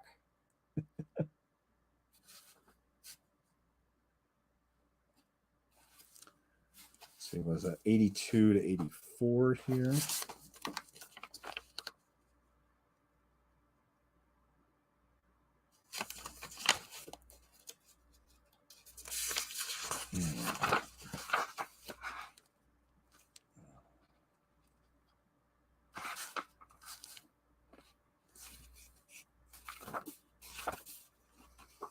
No, I'm actually.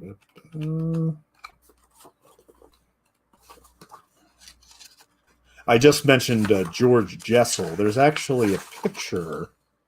Yeah, there's Spencer Tracy, John Barrymore, the Arthur Art Cohn all the way to the right. And then right there under my thumb is producer, or my finger right there is producer George Jessel. So I was surprised he was mentioned several times in this book. But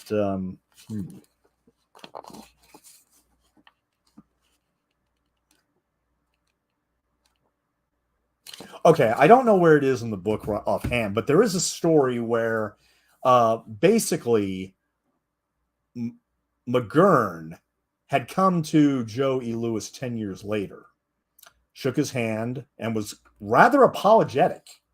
Not necessarily. He didn't necessarily apologize, but he had an apologetic demeanor about him. And I think he kind of felt bad about what had gone down 10 years prior. But he basically went up to Joe E. Lewis and it was like, okay, George Raft, the actor? He's like, yeah. Could you do me a favor? But when you get out to Hollywood, when you see him, could you spit him in the eye? And Joe E. Lewis was confused, like, why do you want me to spit in the eye of George Raft? Now, George Raft, if for those of you who know, he was actually in the original Scarface from 1932, and he was later in Some Like It Hot, where he's the one that, of course, quoted his own character from Scarface when he walked by another gangster that was, flipping a coin in the air, and he just grabs it and is like, "Where did you learn that cheap trick?" Puts in his pocket. But yeah, so here, why did he want Joe E. Lewis to go up to George Raft and spit him in the eye? What was the point? Well, for one reason only. Despite the fact that he McGurk, or I keep screwing up his name, McGurn. The reason why McGurn wanted Joe to do this is because of one simple reason. George Raft played a cop. Oh, sure, he loves George Raft in all the other movies he did, including Scarface. But when it comes to why? Because he thought, oh, he's one of us, but now he's playing a cop, and so his rationale was like, well, he could have played a million other different roles. Why did he have to play a cop? For some reason that had triggered him. Like George Raft was his famous actor, and he felt like he was being betrayed because he was playing a police officer in a film. I don't know the name of the film. It wasn't mentioned in the book. But yeah. He wanted him to spit in the eye just because he played a cop on screen. I mean, seriously? Really?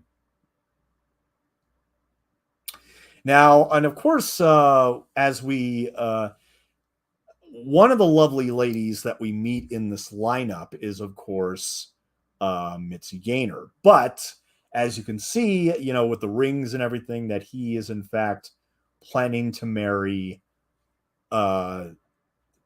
He is planning to marry Letty right here.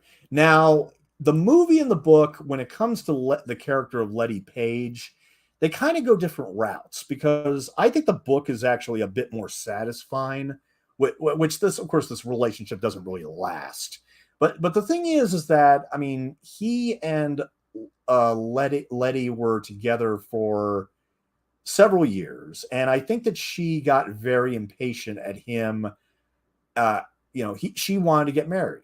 She wanted to get married. She was in love with Joe E. Lewis, and she got tired of being stood up. Him going to the track or just drinking and not giving her any attention whatsoever. So she right before Joey Lewis flies out to the Pacific Theater during World War II, at this point she was practically begging him, just marry me, please, just marry me. And in the end he felt that, okay, tell you what, let me just wait until I get back. Because Joe E. Lewis's rationale was that he was a lifelong bachelor. He didn't really want to get pinned down with like marriage and family and all that. And he had been a lifelong bachelor, and he just wanted to do his thing. He just wanted to drink and do his shows at these at these nightclubs. That's all he really wanted to do. He never had any desire or plan to actually get married and have children. And Lottie was, in love with him, seriously in love with him. And he was in love with her too, but he kind of realized it too late. Because what happened was, and of course, this is different than what plays out in the movie, but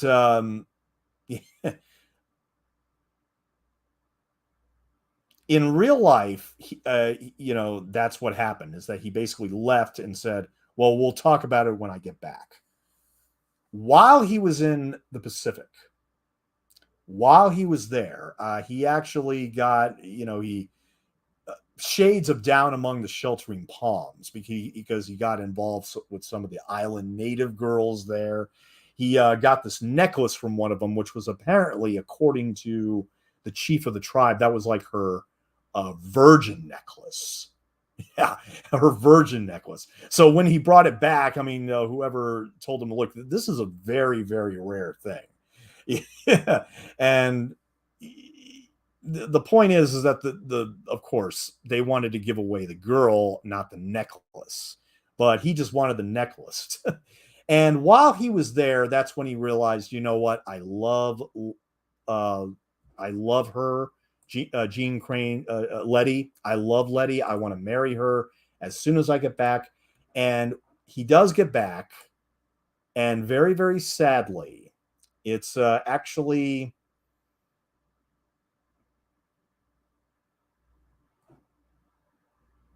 Cassie Mack who lets him in on the bad news that she had gotten married while he was in the Pacific.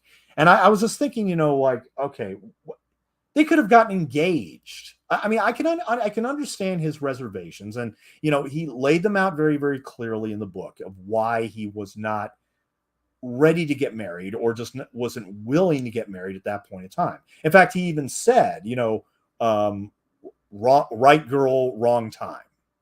Right girl, wrong time. Because it was after he got divorced from Martha Stewart that he realized that he couldn't drink anymore, because he was he had ulcers and everything, and on top of all that, he had no desire to gamble anymore. So it was kind of like a little too late. And here again, I think they should have just combined these two characters. Not to say I didn't want to see Jeanne Crain in this movie, play Letty, but at the same time, I just kind of felt like we could have included much more of Joe E. Lewis's comfortable life, or colorful life, to round out this movie. And what's a little disappointing, just a little bit, is the fact that we spend so much time with both Jeanne Crain and Mitzi Gaynor's characters that it's almost like, well, you could have just made a composite character, of just, we could have just put Letty's characterization into Martha Stewart's. And I think that would have been just fine. Because, I mean, not to say that Letty is an afterthought in this movie. I mean, she's there. But she, here again, I mean, we really don't get much more than her being frustrated and humiliated at his weaknesses, which, of course, is alcohol and gambling. But there's not much more than that. It doesn't get to the point of being repetitious or repetitive, rather. It doesn't get to that point. But it's like, after reading the book, I wish there was more stuff about the Pacific Theater, more stuff about the gangsters, because we spend largely the last 60, 70 minutes of this movie, not the entire thing, but where, he is with Letty, and then she leaves him and she gets married. Of course, with that, he doesn't tell her he's going to the Pacific Theater, and so it's like, well, I'm going to get back at you. I'm not going to tell you I got married. So when he gets back to the States, I should have, I screwed up. I should have asked her to marry me before I left. I should have. I mean, see, like in this scene right here, it's a perfect example. And we're at the 1 hour and 20-minute mark. Here again, he gets out a bottle. She notices, and he practically ignores her, because he's in this alcoholic trance practically the entire time, where, every day he drinks, every day he fills another glass. And that's the thing, is that that's the other thing. In the second half of this movie, we see a glass of liquor in Frank Sinatra's hands for pretty much the rest of the movie. And here again, does it get to the point of being repetitive? No. I just think that they could have easily combined the two female leads into one character, give her a little bit less screen time, not a lot, but just a little bit less, so we can focus more on Joe E. Lewis's colorful life. That is basically my one big complaint about The Joker is Wild, because it is just a little disappointing that we have to, cover this gambling, drinking habit, numerous times with two different women. I mean, that's the thing. I just think that they should have easily just, fused both of these women together for just one love interest. And the rest of the time, we can actually focus on Joe E. Lewis, because we could have had I think that we should have expanded the opening for more of the gangster stuff, which I think is actually pretty interesting, even though I'm not really a fan of gangster stories or gangster movies for that matter. I mean, he was hanging out with Dutch Schultz. I mean, seriously. I mean, I just don't understand why they decided to, here again, had they hired the writer of the book, Art Cohn, to do the adaptation because he had screenwriting experience. I just don't understand it. I don't. And here again, I'm convinced that had Art Cohn actually adapted the script from his own book, had he done that, I think that this movie would have been much more concerned about Joe E. Lewis's life before he got involved with Martha Stewart. And Martha Stewart could be ultimately the catalyst, which, even if they had to fudge the facts a little bit, they could have been like, okay, we have a very satisfying, happy ending where he finally acknowledges his faults and gets with Martha Stewart at the end. Of course, in real life, that's not what happened. They got divorced after 2 years, and eventually they would open up in the same nightclub together, which is actually, kind of a coincidence. In the movie, you basically just see her come back after she's married. There's no words. He just sings all the way again, and he keeps looking at her. She begins to cry, and so her husband basically noticed how emotionally compromised she is, and basically escorts her out of the nightclub. And then Frank Sinatra just like totally just melts at that point. I mean, he just, the alcohol, had taken its toll by that time, and he practically collapses, when he's about to leave the stage. But here he is about to leave for the Pacific Theater. And it should be noted that one bag was full of clothes, the other bag was full of bottles of rye. When he got to the airport, he was told that he could only take one carry-on. And so he took the whiskey instead of his clothes, which I found very, very amusing, to be perfectly honest. I like this too because he, of course, they want to write back to their wives and or their wives and girlfriends or whatever. And he's like, "Yeah, we're just we're now on near this island doing this. Nah, censored, censored, censored, censored, all classified material." So I mean, in the book, they're complaining about, oh, now I got to wire cables to my wife because she's not going to know where the hell I am.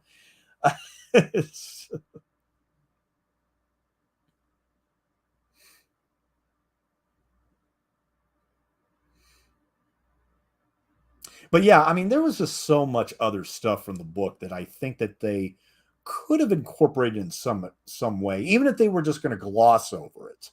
I still think that there was much more from the book they could have incorporated. And like I said, make the two women one character to save some time.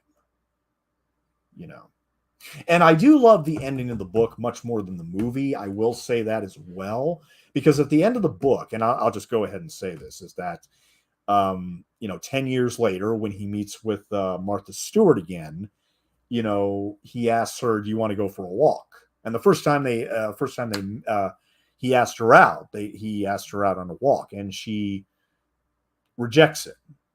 And he basically walks away disappointed, says, "Well, goodbye, Martha." And at that moment, then she realizes, oh, I see what he's asking now. And she eventually decides to walk with him.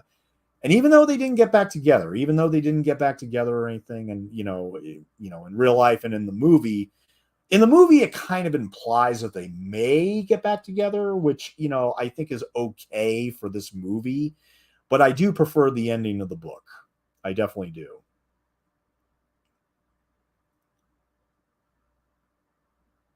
Now, here they are in the Pacific on a Navy ship.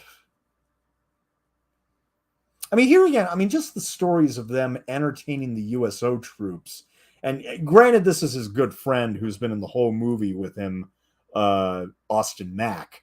But in reality, he was actually touring with the Scarecrow. He was actually touring with Ray Bolger. He just gets out that bottle again. It's like, if I'm going to be seasick, I don't care. I'm going to drink some alcohol. Why not? Oh, I guess he was allowed to take both bags in the movie, because in the book, they basically just tell him, "Oh, no, you can only bring one bag," and so he takes the whiskey and leaves his clothes, of course.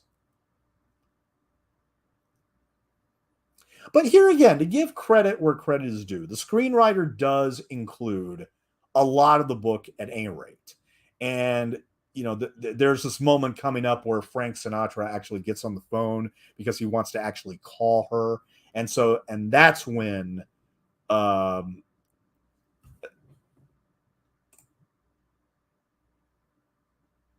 that's when Mac's wife, Cassie, lets him in on the bad news. Oh, yeah, that Martha Stewart had gotten married.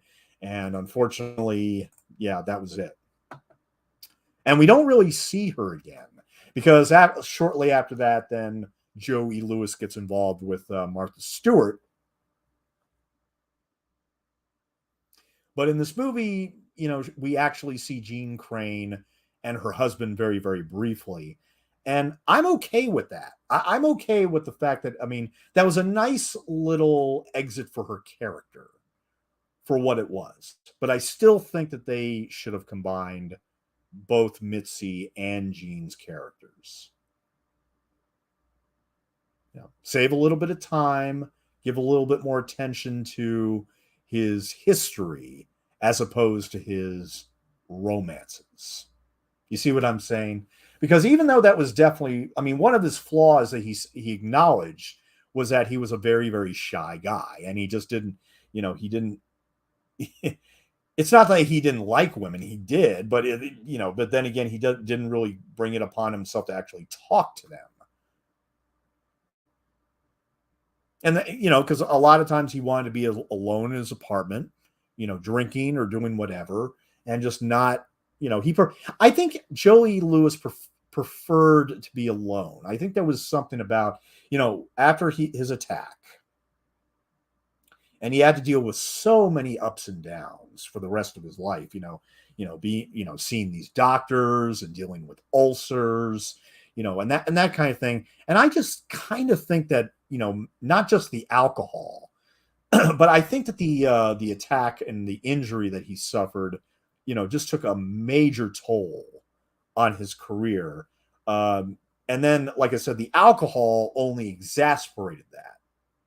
It only exasperated. And of course, he would be constantly out of money because he would gamble it all away. I mean, there's one picture in this book which has him with Cary Grant at the track making bets. So that lets you know, yeah, he spent way too much time gambling, way too much time gambling, way too much time drinking.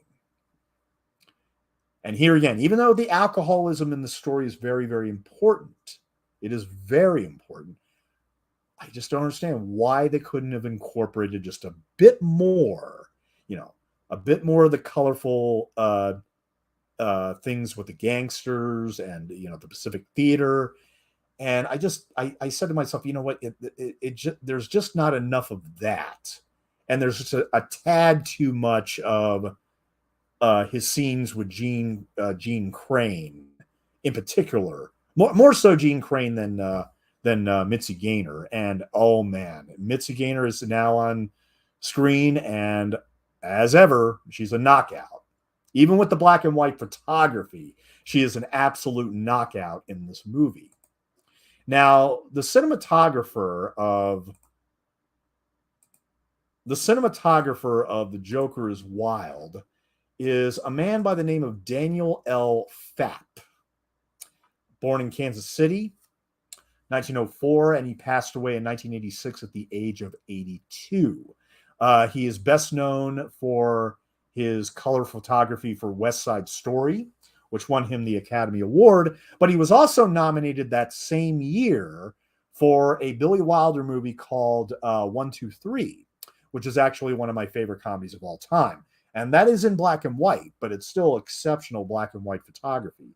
And he also shot The Great Escape, 1963. And he was also nominated for Desire Under the Elms. And he also shot The Five Pennies, The Unsinkable Molly Brown, Ice Station Zebra. And he got his last nomination for Marooned, which actually won the Academy Award for Best Visual Effects. That was a movie with Gregory Peck that came out in 1969. But yeah, Daniel L. Pfapp had done, quite a few movies here. In fact, his first movie that he shot was Kitty with Paulette Goddard and Ray Milland in 1945. And then he shot To Each His Own in 1946, which got Olivia de Havilland her very first Academy Award. Mm-hmm.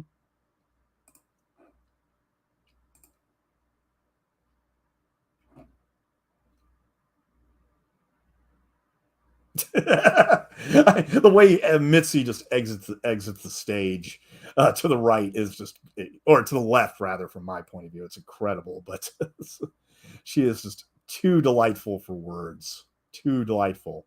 And I love that moment. There's a wonderful moment where, and we're going to see it here in a minute, but of course this is the sequence where he discovers that Jeanne Crain is in the audience, and of course he is taken aback, and he doesn't know how to react aside from the fact he's just going to sing a song. And of course that song is of course going to be All the Way. I mean, just the way she walks out on the stage, it's great with a little apron on. I mean,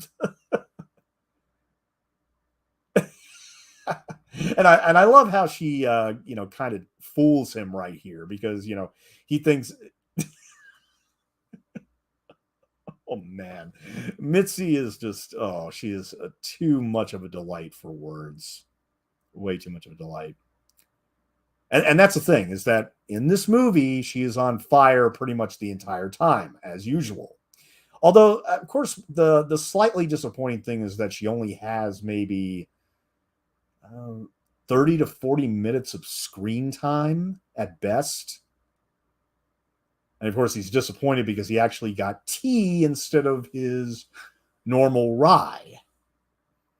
And she did that obviously for a purpose, but it's not going to stop him from grabbing his friend's drink, and he's going to be using that to continue getting plastered on stage.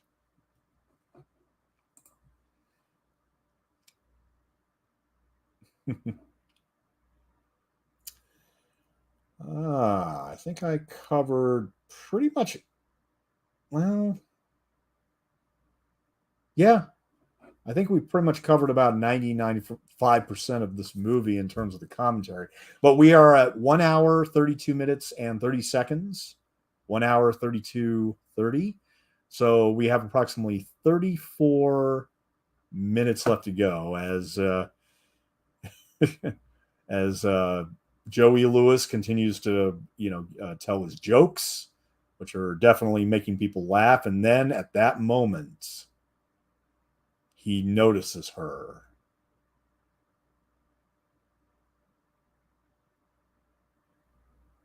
And of course, the rest of the audience is like, well, what's going on now? Okay, you know what? Time for a song. It's time for a song. How about All the Way? let's go ahead and sing All the Way here.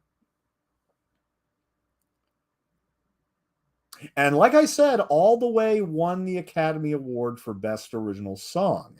It was the movie's only nomination. However, the screenwriter, who was, what was his name again? Oscar Saul, he received a nomination from the WGA, the Writers Guild of America, for writing The Joker is Wild. And like I said, I think that Sinatra earned a Best Actor nomination at the very, very least. I'm actually very surprised he wasn't nominated for this, considering the fact the Academy obviously liked it. I mean, the song was nominated and actually won. As a matter of fact, looking at, if I go back to this real quick, what were the other nominations? And it also should be pointed out that this movie, it cost $2.4 million to make, the budget, and it made $3 million.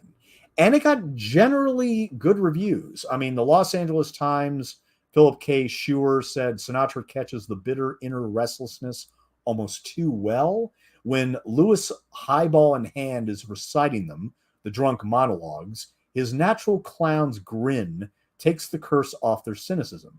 From Sinatra, the gags come out bitter and barbed. Films and filming reviewer Gordon Gow: one consolation in the glossy gloom of this downbeat drama is that Frank Sinatra has sufficient talent and taste to break through the wall of embarrassment that is bound to arise between audience and film. Case history of an unanonymous alcoholic. Variety commented on the major job Sinatra does: alternately sympathetic and pathetic, funny and sad. Mm-hmm.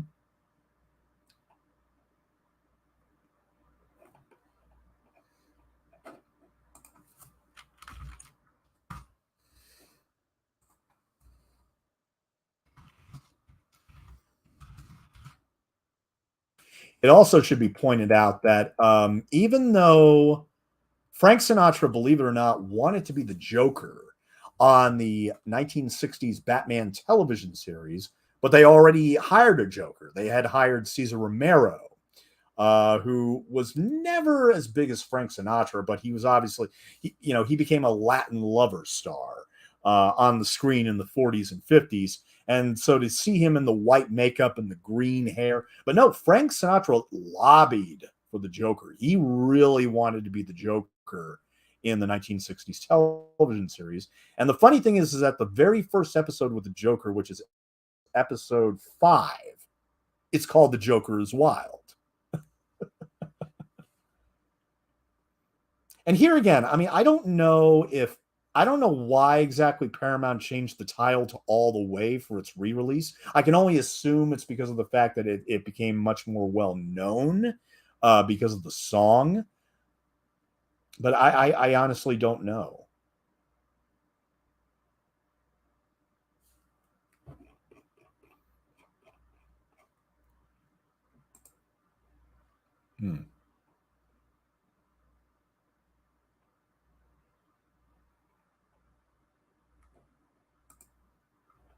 The filming of the movie was done mostly later in the day, Sinatra preferring to work at that time, and the filming schedule being tailored around this.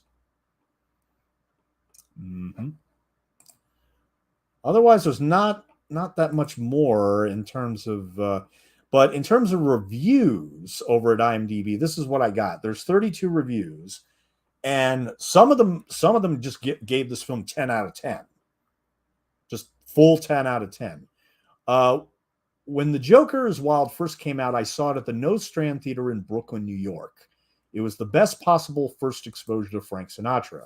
He's first rate in this biographical film about the life of Joe E. Lewis. Later on in his film career, Sinatra walked through a lot of roles, but not in this. This is a perfect blend of his persona being tailor-made for the part.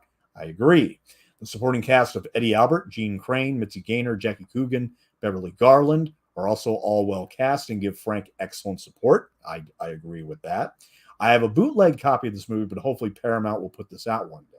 Yeah, that's another thing. I don't know why Paramount still hasn't put this out on DVD in any way. They probably put it out on VHS, but they ought to put The Joker is Wild out on their Paramount Presents line, or Via Vision in Australia. They've had access to Paramount titles in the past, like The Country Girl, which is right up here. So, Paramount, I don't know why Paramount never released this on physical media. It doesn't make sense to me. I mean, you would think that Frank Sinatra would be enough of a name to sell the movie on DVD, even after his death. They could have put out The Joker is Wild on DVD in 2000 after Frank Sinatra's death, and they didn't. I mean, they put out Anything Goes, but Paramount never put out on physical media The Birds and the Bees or The Joker is Wild. It just never happened. Never happened. 10 out of 10. Tremendous 1957 film showcasing the life of Joe E. Lewis. After playing a junkie in 1955 as a man with golden arm, Sinatra again gives a wonderful performance as the alcoholic Lewis. He belts out all the way that song is supposed to be sung. Jeanne Crain is in fine form as the wealthy woman who loved him dearly but did not marry him due to his behavior and the advent of World War II. The real surprise here is the wonderful supporting performance of Mitzi Gaynor as the chorus girl that Lewis wed on the rebound. Gaynor proved that she could really act as well as sing and dance here. Well, to be honest, I think that she acted as well as sung and danced for pretty much her whole career, ever since My Blue Heaven. But, her drunken scene where she told Lewis off was great. Eddie Albert got plenty of practice being around alcoholics when he appeared with Susan Hayward twice in Smash Up, The Story of a Woman, as well as I'll Cry Tomorrow. Albert plays the part of Lewis's understanding pianist with conviction. The ending may be a downer, but is true to life. At least Lewis was ready to stand on his feet despite being alone. I agree. It is an acceptable ending.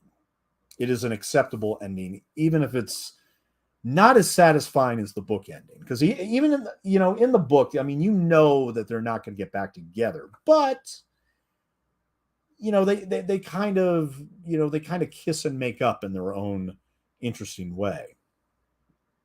10 out of 10, excellent depiction and performances.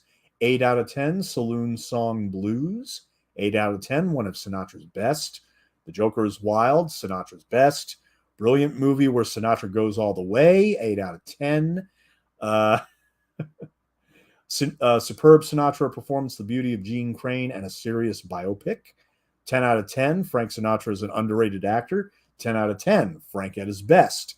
9 out of 10, nightclub life from inside and out. Sinatra is excellent. The film, though well made, is a downer. Here again, I agree. 7 out of 10, a competent curiosity. 8 out of 10, brilliant. 7 out of 10, incredible Frank Sinatra performance. 8 out of 10, drinking again. 8 out of 10, top biopic performance. 7 out of 10, unkind fate. As a result of an unfortunate event early in his career, Joey Lewis turns to another form of entertainment to make a living. The Joker is Wild charts the ups and downs in Joe's career and the effects these vicissitudes have on those around him. The film is based on the real-life story of Lewis, singer-comedian, and the plot spans from the late 20s to the 40s, set mostly in Chicago. 5 out of 10, Pillar to Post. 7 out of 10, Frank Sinatra's memorable performance and tragic tale of an emerging singer into a burlesque Joker. A disappointing story that squanders real talent. 7 out of 10. 2 out of 10, why on earth was this thing over 2 hours long? I actually don't think it feels that long. It is long, but I don't think it feels that long.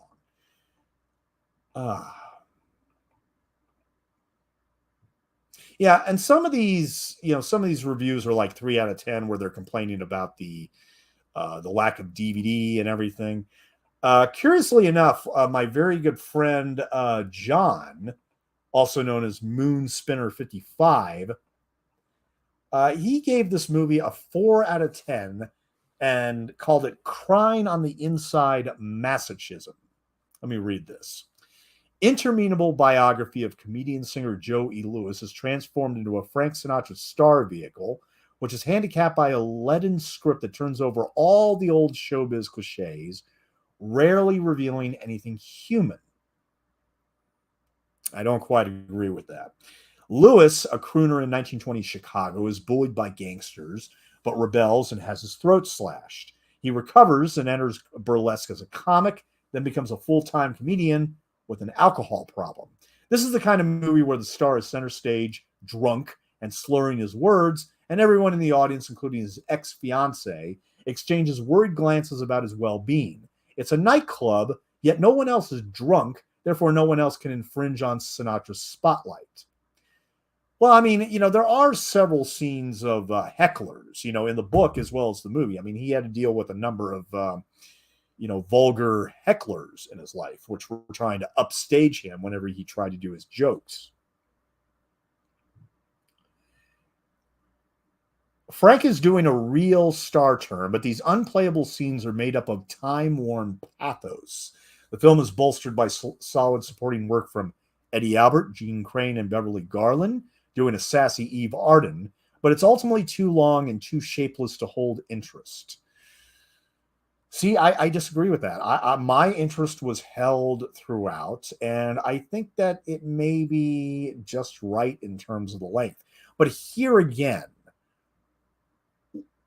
running time aside, I just wish they had included more of his colorful life in terms of the gangsters, World War II Pacific Theater, all that stuff.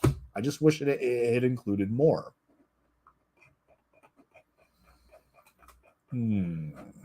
Hey, Cliff, how you doing, sir? Haven't been able to comment, but have been enjoying the commentary. I'll definitely appreciate that. Thank you so much. Thank you. It's amazing. It took me like a full week to read this entire book. And yet, I mean, like I said, a lot of it is basically, nightclub stuff. A lot of drinking, a lot of gambling, a lot of nightclub singing and all that stuff. I mean, that's the milieu that we're in with this movie. Oh, I got to read this. Okay. Eric Beck, who runs one of my favorite Oscar websites, He actually does talk about the adaptation of Joker is Wild here. Let me see what he says, because I always think he has great things to talk about. He actually reads all the books. He reads all the books and talks about all the adaptations for real. Like he did the same year, he did A Face in the Crowd and a Hat Full of Rain. You know, Peyton Place and Sayonara. Uh, okay, here we go. Hmm. Can't you imagine why this would appeal to Frank Sinatra? Joe E. Lewis began as a singer, and then after being brutally attacked by the mafia for changing nightclubs, couldn't sing anymore and turned to being a comedian instead. It was not only a perfect showcase for Sinatra's talents, there was even a lot of serious acting involved since it deals with a man's descent into alcoholism and the destruction of two marriages. But with the mafia connection, it must have seemed like it was an echo of his own life. Sinatra gives a strong performance, and if I had considered this film a musical like the WGA did, I didn't because the songs are cut down so early in the film after the beating, and then it turns more into a dramatic biopic. I probably would have him on my list for Best Actor, Comedy and Musical, which was a weak list in this year, and is led by Sinatra for Pal Joey. Oh, yeah, I forgot that he did that the same year. I forgot that he did that the same year, but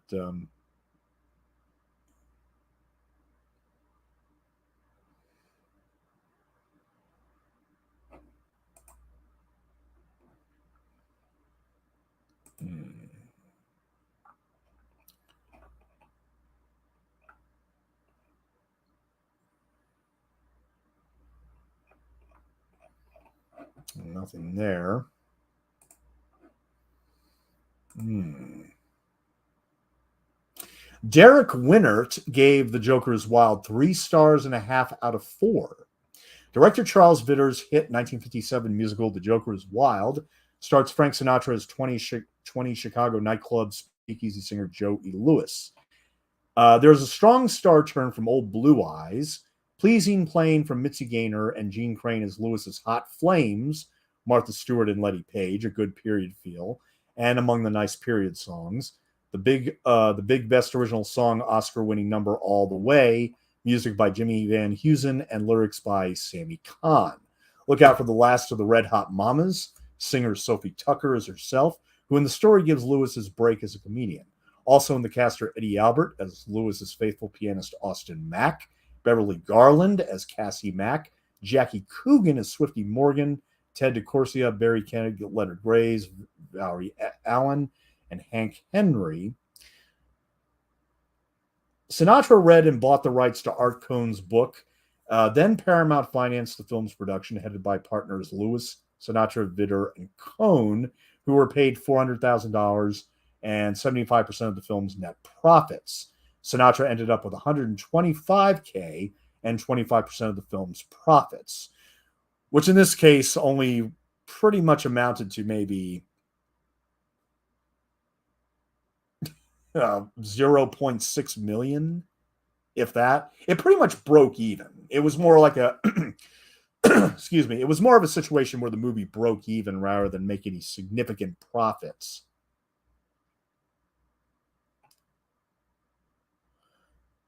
Sinatra recalled, Lewis was one of only about 4 or 5 great artists in the 20th century. One of them was Jolson, and I remember him screaming like the devil when he made a soundtrack.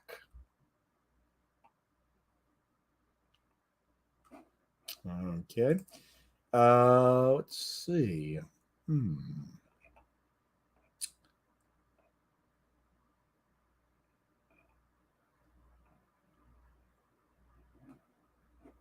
This reviewer only said that the movie was just okay. Nothing there either.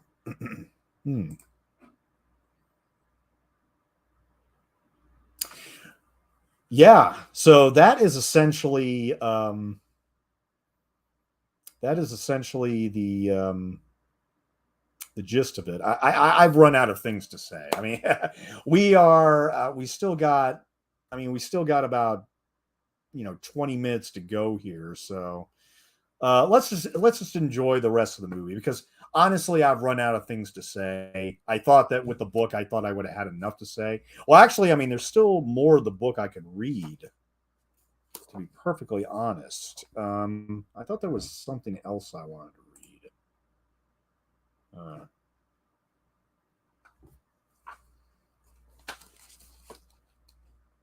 Hmm. Oh, you know what? I know what I'm going to do. What's interesting about the book also is that, there's 5 sections, and they're all set during different decades: the 1920s, 1930s, 1940s, and 1950s. Well, somewhere along the way, the author decided to get a different point of view. And so he actually gets Martha Stewart's point of view when it comes to their marriage and everything. And I found this very, very interesting. Chapter 27 of the book is a love story, Hers. And it's one of only 2 times in the book where we actually learn everything from her point of view, as opposed to Joey Lewis's point of view. Joey Lewis. That's all I heard. Winchell's column, Ed Sullivan's, Earl Wilson's. You couldn't read any of them without Joe E. saying this or Joe E. saying that. A few cracks were kind of cute, but most of them did nothing to me. The same with his picture, the one in the Carmen Miranda turban. It was in all the ads for the opening with the line, "Seeing me at the Copa is the second best way to spend an evening." Outside the Copa, there was a poster of him at least 10 feet high, with blow-ups from the newspapers saying Joey is the king of clubs, Joey is a genius, Joey is the funniest man in the world, and so on and so on. Nobody can be that good, I said. I admit I was a little prejudiced. Martha Stewart was in the show too, though you'd never know it from the billing unless you can read the bottom line on an eye chart. I wasn't Ethel Merman, but I wasn't chopped liver either. I chirped with Glenn Miller, and on the hit parade, I could punch a song. If you call Mersey Dotes a song, they did in 1944. I couldn't even get away from him in the dressing room. He was topic A.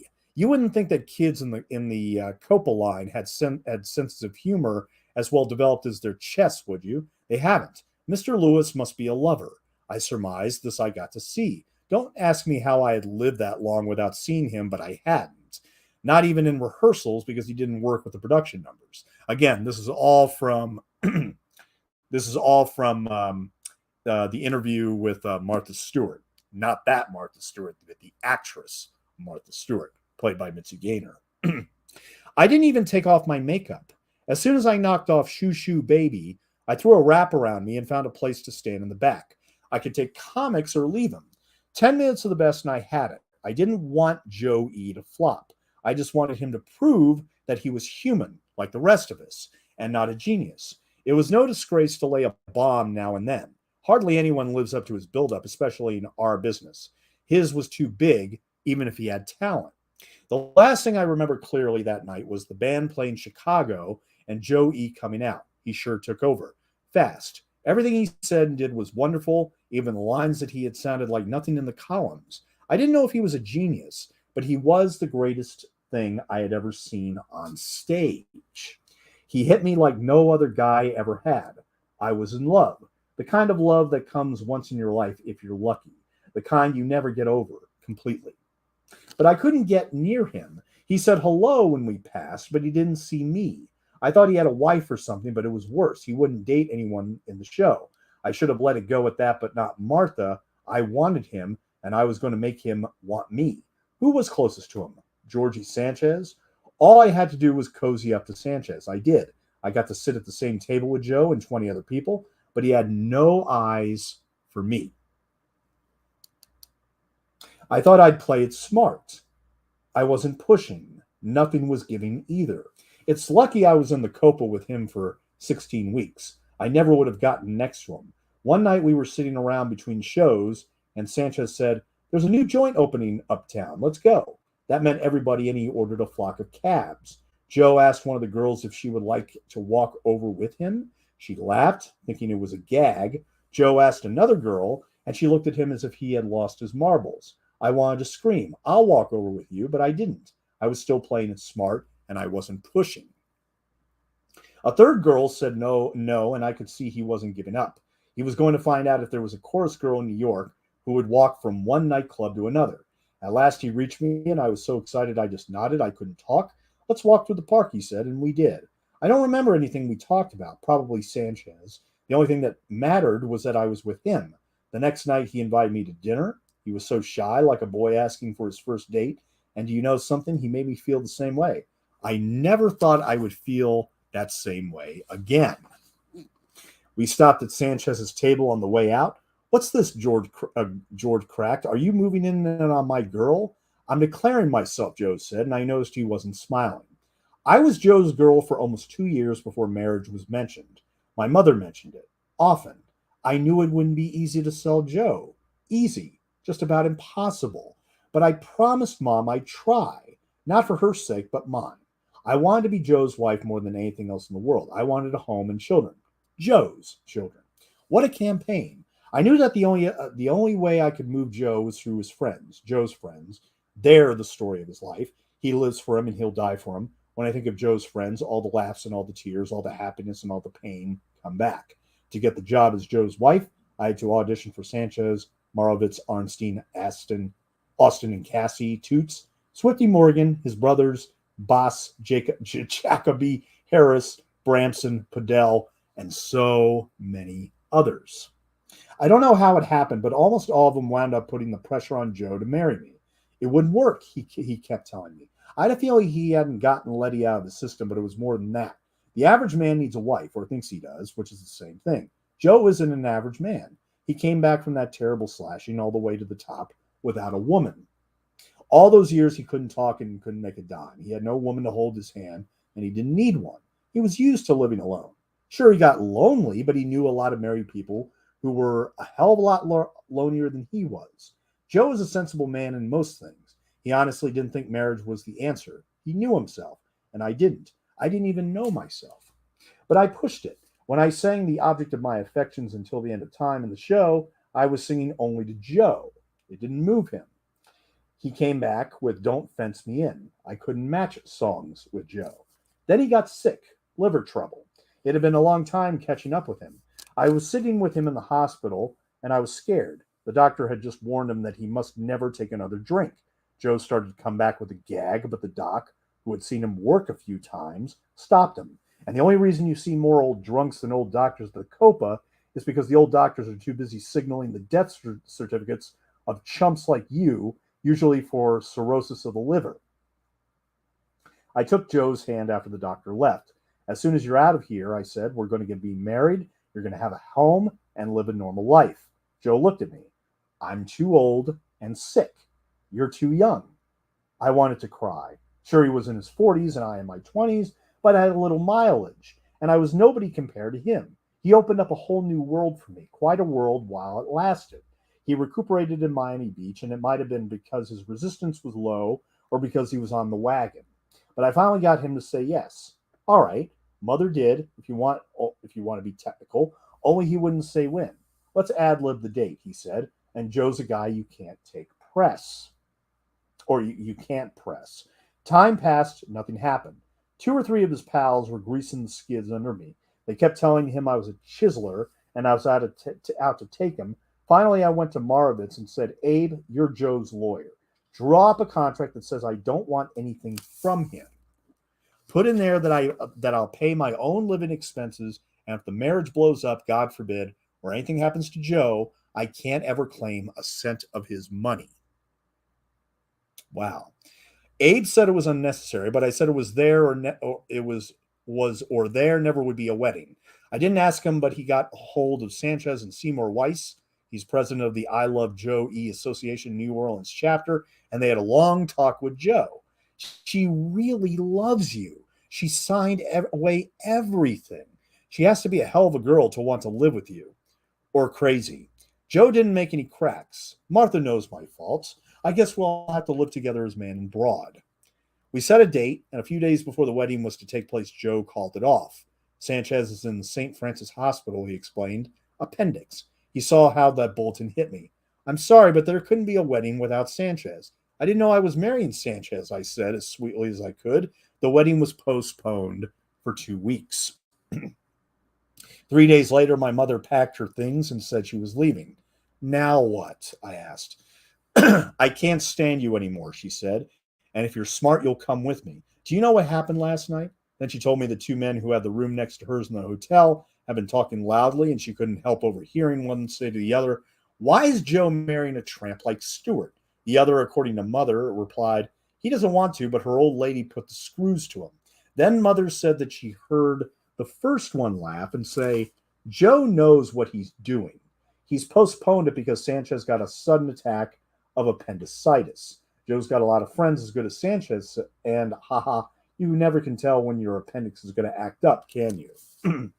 Mother left Miami Beach, and I sobbed most of the day. I had honestly believed Joe loved me. Maybe not as much as I loved him, but who's Wayne? Joe was full of gags, but I never heard him say anything mean or do anything unkind to anybody. I knew he wasn't crazy about getting married, but very few men are, and I didn't think he wanted to get out of that desperately. The Joe I thought I knew would have come straight to me and said, "It's off."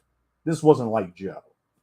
I stopped crying and asked a few questions. The man registered in the room next to Mother's was Doc Marcus. The fog was lifting. Doc was a practical joker, one of the best in the business. A couple of Joe's pals who did not love Mother, nor appreciate her interest in Joe, had put Doc up to the rib. What about the second man, the one Mother heard him talking to? Doc had been alone. He's billed as a magician, but he's a better ventriloquist. According to one of my pals, Marcus watched Mother check out and then said to a couple of Joe's pals standing by, "Well, boys, I did my part." Joe was unaware of the horseplay, which is a strange thing to say about Joe, but I can't say he was heartbroken when Mother scrammed. As far as the marriage, he was ready anytime Sanchez was. At last, the date was set. March 31st, but I was certain something would interfere with my becoming Mrs. Lewis, like a tidal wave or amnesia. With Joe, you never know what the punchline will be, except it will not be the one you expect. When we got around to picking the place, Joe said he would like to be married at the hotel, the Lord Tarleton. That was all right with me until I found out that he didn't mean one of the reception rooms or banquet halls, but in his bedroom. He couldn't understand why no one approved. "I like it," he said. "It's a nice room." Morovitz got the Sapphire Room at the Belmar Hotel. The day after I sent out the invitations, Joe broke the news that the Sapphire Room was out and the wedding would be held at the Tarleton. I think I lost my temper. At this point, I had no objections being married in a diving bell or a tree house as long as I was married. But the invitations had gone out for the Sapphire Room. Why the Lord Tarleton? Because the manager of the Tarleton, Walter Jacobs, is a good friend of mine, and he says he's going to feel hurt if we're hitched at the Belmar. This was the end. "Who," I shouted, "are you marrying me for? Walter Jacobs?" "I will not have you wrap Walter in my presence," Joe said, and went looking for Morovitz to solve the new crisis. Abe refused to switch the wedding, but he kept Jacobs in the act by giving the Tarleton the wedding dinner. Phone calls and telegrams kept coming day and night from all over. Joe Kennedy, the Joe Kennedy, rang up and asked if there was anything he could do. Morovitz remembered that the ambassadors controlled Haig and Haig Scotch, among other things, and said, "Yes, Joe, you can send a couple of cases of whiskey." He sent 3 cases immediately, and it was none too soon.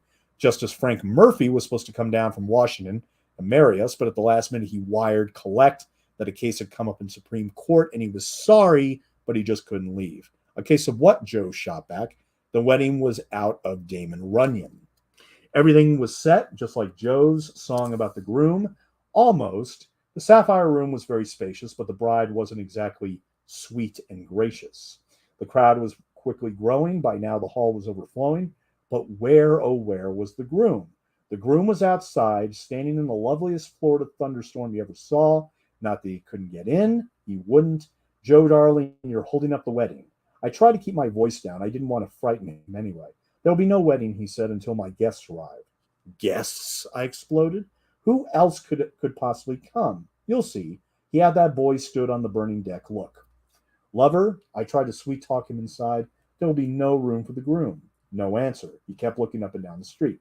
I thought I'd be cute and sing. I was soaked and my dress was ruined, but I had little hope left of ever using it. The butcher is in, the baker is in, your uncle who plays horses in Jamaica is in. Then I left his lyrics. Every bookie, bartender, and creep this side of 52nd Street is in. Come on. The next thing I heard was horns. There they are. Joe was grinning like a kid. A fleet of taxis was splashing and skidding down the street toward us, every driver riding his horn. The first cab pulled up and Joe opened the door. A boy in uniform stuck his head out. Are we late, Joe? He asked. Martha and I have been waiting for you, son. Joe helped the boy out. The cab driver was opening a collapsible wheelchair. And behind, all the way down the block, the other cab drivers were doing the same thing. I watched him as he gently helped the boys into their chairs and shook their hands and patted their backs.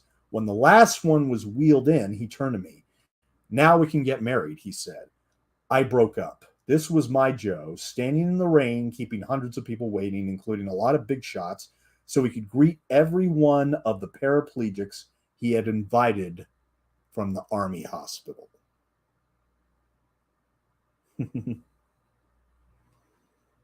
And it was I'm almost done. It was happening at last. I was walking down the aisle to the wedding march, and it wasn't a production number at the Copa or a movie scene. It was for real. It was real. All right. The guests were applauding. I thought the organist would go into Chicago any second. The rain was pounding on the windows, and as Joe passed Warren Wright, the owner of the Calumet Racing Stable, he said out of the corner of his mouth, "Sloppy track." But it's a winning entry, Mr. Wright said. I hope to God it was. The ceremony lasted 30 seconds, I was told. I don't remember anything except that Seymour Weiss gave me away, and Abe Marovitz was the best man, and finally Judge Okra said, Martha and Joe, you are now man and wife. I kissed my husband, and somebody said I had thrown my bouquet of roses. I did, and wouldn't you know it, Sophie Tucker caught it. Immediately, the place was a shambles. Waiters and guests ripped all the gorgeous flowers and rayon decorations from the line walls as if they were breaking a set on the movie lot. And it was just about the same thing. In 1 minute flat, the Sapphire Room was converted into its regular use as the Hotel Belmar cocktail lounge, and the drinking began.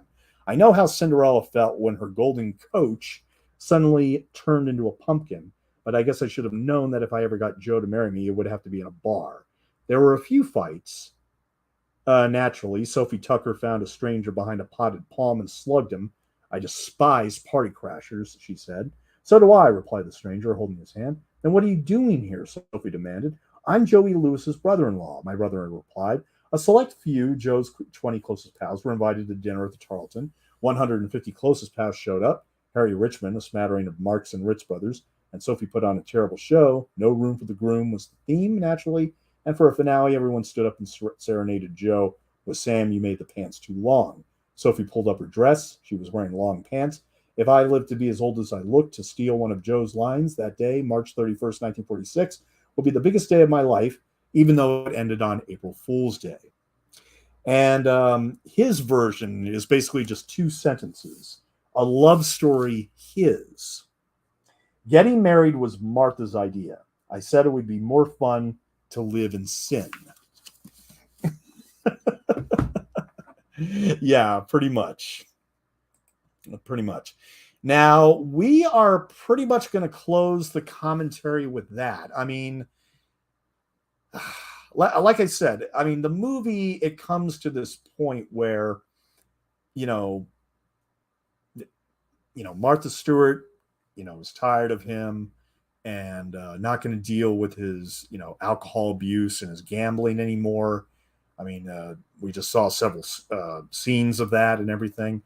And now he is about to lose his longtime piano player.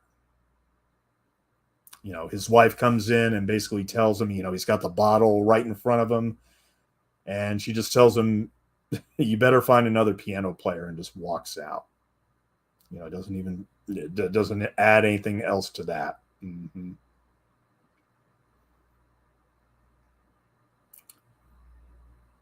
And just leaves Frank in despair.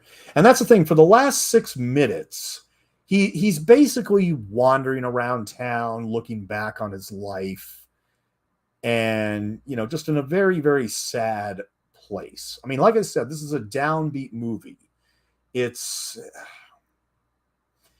here again. I do think the black and white works perfectly for the tone and the themes present. I do believe that the cast is not only excellent, but I think that they all support Frank Sinatra with his leading performance. And even though it doesn't include everything from the book I wish it had included, I do think overall the movie succeeds. It may have broke even at the box office.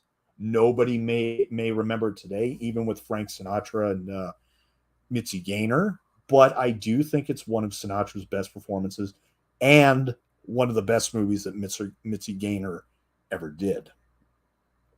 And like I said, this is probably going to end up around 4 or 5 on my ranking. I mean, I won't know what the official ranking is until when I do it, which will be tomorrow night at 8 p.m. But I do have a feeling this is going to be either number 4 or number 5. Now, seeing Mitzi Gaynor, in these clips right here, it makes me think of her television specials later that became very, very famous in the 60s and the 70s.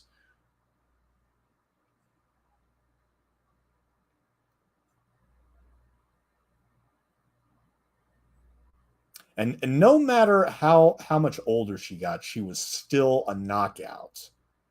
Still a knockout in those television specials. It's unbelievable.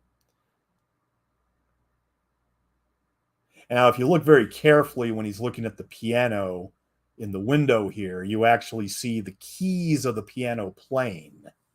I thought Mitzi Gaynor was actually going to appear in this one bit for some reason, because we saw her in the 2 previous windows.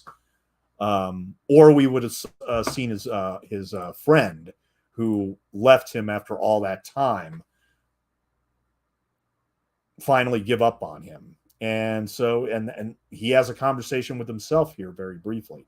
I mean, here again, it's a decent ending. I do think that I would have preferred the book ending, because at least it would have showed that he had reconciled with his wife. Sure, they didn't get back together. They got divorced, but I mean, it was a very, very nice conclusion to a 40-year story. Here again, Joey Lewis, he lived until 1971. So he actually lived until he was 69 years old. And this movie is essentially his legacy, because, here again, nobody remembers the book. Nobody really remembers the movie. But this movie is, in fact, his legacy, Joey Lewis's. So yeah, an excellent biopic with an excellent cast. I do think it is effective in what it sets out to do. I like the themes. I like the stories. And I'm very, very happy that I actually picked up the book and actually read it, because, here again, there was a lot more to the story that I was not expecting at all. There was a hell of a lot more to the story than I was initially expecting. But so that is The Joker is Wild, ladies and gentlemen. Yes, thank you very much for joining me as The End, a Paramount release, Vista Vision, of course. And you all have a great evening. Thank you so much for joining.